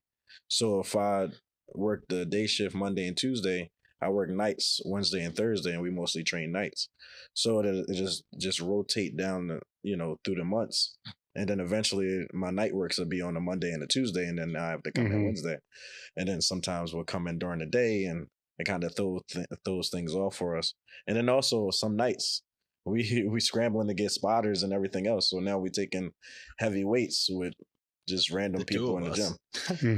And then the only person that's working the mono is him, and he went from the mono and they'll run around to the back and spot me at the same time, and we got two like little kids that's more scared than me squatting the weight. So so we just adjust and we just do what we got to do. But my mentality always, every time, at least when I approach the squat, is either I'm going to get pinned by it or I'm going to stand up, and I just go for it every time. And luckily I haven't had no issues. Stood up more than you haven't, right? Yeah. Basically. Yeah. So what's your nomad life look like? A day in a life? 'Cause I'm pretty sure it's the same every day. Yeah, it's pretty similar. For me, I usually try to wake up at a decent time. So for me, that's like 8 a.m., 8:30 a.m. So I'll get up. First thing I do is fasted cardio. So I'll knock that out. And the reason I still make sure I always do that first thing is I feel like I have to do something hard I don't want to do when I wake up. Something that kind of like sucks. So I get up, do cardio first thing in the morning, and it kind of wakes me up too. And then I'm really big on like gut health. So the first thing I'll do when I wake up in the morning is have my digestion shake after I do my cardio. Which I'll take that in the morning, and then after that I'll go ahead and like make sure I'm getting enough water in, which I try to hydrate decently well with water before I do cardio. Eat meal one, and then after meal one I'll start going through a lot of check-ins. So I'll have athlete check-ins every single day of the week, every week. Guys who are in prep right now for shows, so like when I give them refeeds or high days, like they're checking in like 3-4 times a week sometimes, because there's tend to be before and after pictures. So I'm always just making sure like I'm super like responsive and on top of that. So I'll usually do deep work for the first 3 hours of the day. After the first 3 hours is done, it's usually like 3 p.m. Or so before I get around the time when I go to the train or get ready to train. Then either, of course, I'll come out here in the evenings or I'll go to like a local bodybuilding gym sometimes, just depending on what I'm doing. And then like throughout that time frame, I'm just making sure I'm getting meals in. But one thing I did that really has worked well for me, because I just work from home and coach and have a social media marketing agency, is I'll get up and I'll go to like coffee shops around like downtown Columbus, just because I live in the city, and I'll just work from there. And that's just been good for my mental health, because I was sitting in my apartment just working nonstop. And I'm someone who always feels like I never do enough. So I always just want to be like the best at anything I do. So I would just work like crazy and be trapped inside all day and then go to the gym and come home. I'm like, this is like not healthy at all. I don't really have a life. So I started getting up and just going walking and making sure I get all my steps in, because I track my steps in off season and in prep outside of my cardio. So making sure I'm hitting my step count, of course, in a train. Then usually when I come home in the evening or at night, like I still make sure I get my like last 2 meals in, so meal 5 and 6. And then any other work I got to do, I knock it out. And that's pretty much it. Like that's the consistency on a daily basis. And then if I travel for like some event, or if I'm traveling somewhere for coaching, I just adapt as needed, move check-ins around for athletes if I have to, do programming ahead of time, just stuff like that. So, it's nice. I enjoy it. And, I love coaching just the same, if not more, than competing. So, yeah. Any final thoughts from you? The only thing I was going to say is like, what is nice is that you are so responsive that like, well, like one of the times at my squat, we were trying to like fix a technique issue on my wrap squat day. And then the following week was going to be SSB. So we're like, hey, why don't we just switch it to just a straight bar? We'll still do the same movement, but can we do it on straight bar just so I can really like hammer down on the technique issues? And he's like, yeah, I think that'd be a good idea. But we were able to actually communicate. It's not like some coaches I know where it's like you respond, you're never going to hear back from them, or they give you the program, that's it. But yeah. Any final thoughts? I'd probably just go back to just like the time he blew his quads out, and then he actually came to me towards the Arnold's. That's when I knew, like, one, I had so much respect for the man, because he rolled up in the wheelchair and he stand up and he wrapped my knees, and I was like, yeah, this is the type of person that I need, especially in powerlifting, and no matter what, he's going to show up. And I've been carrying that mentality the whole time, and especially with him, and I travel for him, and I would travel for him if he actually needed me to, because at the end of the day, it take a special type of person to do something like that. So I got a lot of respect for him in general, and I always say thank you to him, because I don't know where I'd be right now. So it did a lot. So, and I appreciate you for having us here. Thank too. you. Jaden, you have any final thoughts? No, that's pretty much it. Like I definitely appreciate, being on here. It was nice, have both my guys here today, talking about their meet prep and everything. I'm super pumped for both of them. This is for sure going to be their best meet to date. Being there and having, Nydir break the all-time world record would be cool. He's hitting numbers at a weight I couldn't even do myself. So, being able to be a good athlete's one thing, but like taking someone like above and past like what you've done is like another. So getting to be a part of that and like help out with that and see that is like a cool feeling. So I'm excited for that. And then of course, excited for Josh. He won the amateur day last year. Nydir did. So hopefully Josh wins it this year. So I'll be back-to-back years. Both my lifters won. Yeah, there's your pressure, man. Yeah. I had to lose a lot of weight. You got 3 weeks, man. Yeah. All right. I want to thank you guys for coming out, and we're done. Yeah, awesome. Thank you.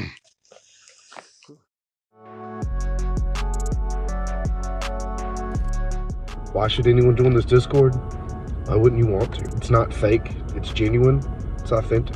It's well worth it. The Discord has been nothing short of meeting new people who are incredibly like-minded, giving each other a bunch of ball busting, but also being there to support each other whenever life throws their way. The best part of it for me has also been able to connect with lifters of all levels, help coach, get coached, and also connect with other new fathers who are enjoying the journey of lifting and trying to balance that out. It's the glue that holds all of us together. A common interest will bring people from different walks of life, people who are multi-millionaires, these characters and everything else in between, united under one thing, the pursuit of strength. I think most of us would agree that getting a coach is a great step forward that an athlete can make to make greater progress. But what if you had 2 coaches? What if you had a whole bunch of coaches and a whole bunch of driven elite level athletes and like-minded people all in your corner trying to make you better, that's exactly what you're going to get with the Table Talk Discord crew. Hi, my name is Amber Watson. I'm a personal trainer and power lifter, and over the past couple years, I've had several consultations with Tom Shepard. Tom is always very insightful, and he has a depth of knowledge that he always brings with a really personal approach. So no matter what questions or issues that I've come to the table with, he's able to answer them very specifically and help me find really specific solutions. This includes helping me sort through issues in my diet and nutrition to help me finally start gaining some muscle and some weight, which has resulted in about 40 pounds that I've gained over the past couple of years. This, along with some really specific training advice, has helped me to add over 300 pounds to my total, which has just been incredible. So I highly recommend Tom Shepard if you're looking for expertise or top-notch guidance.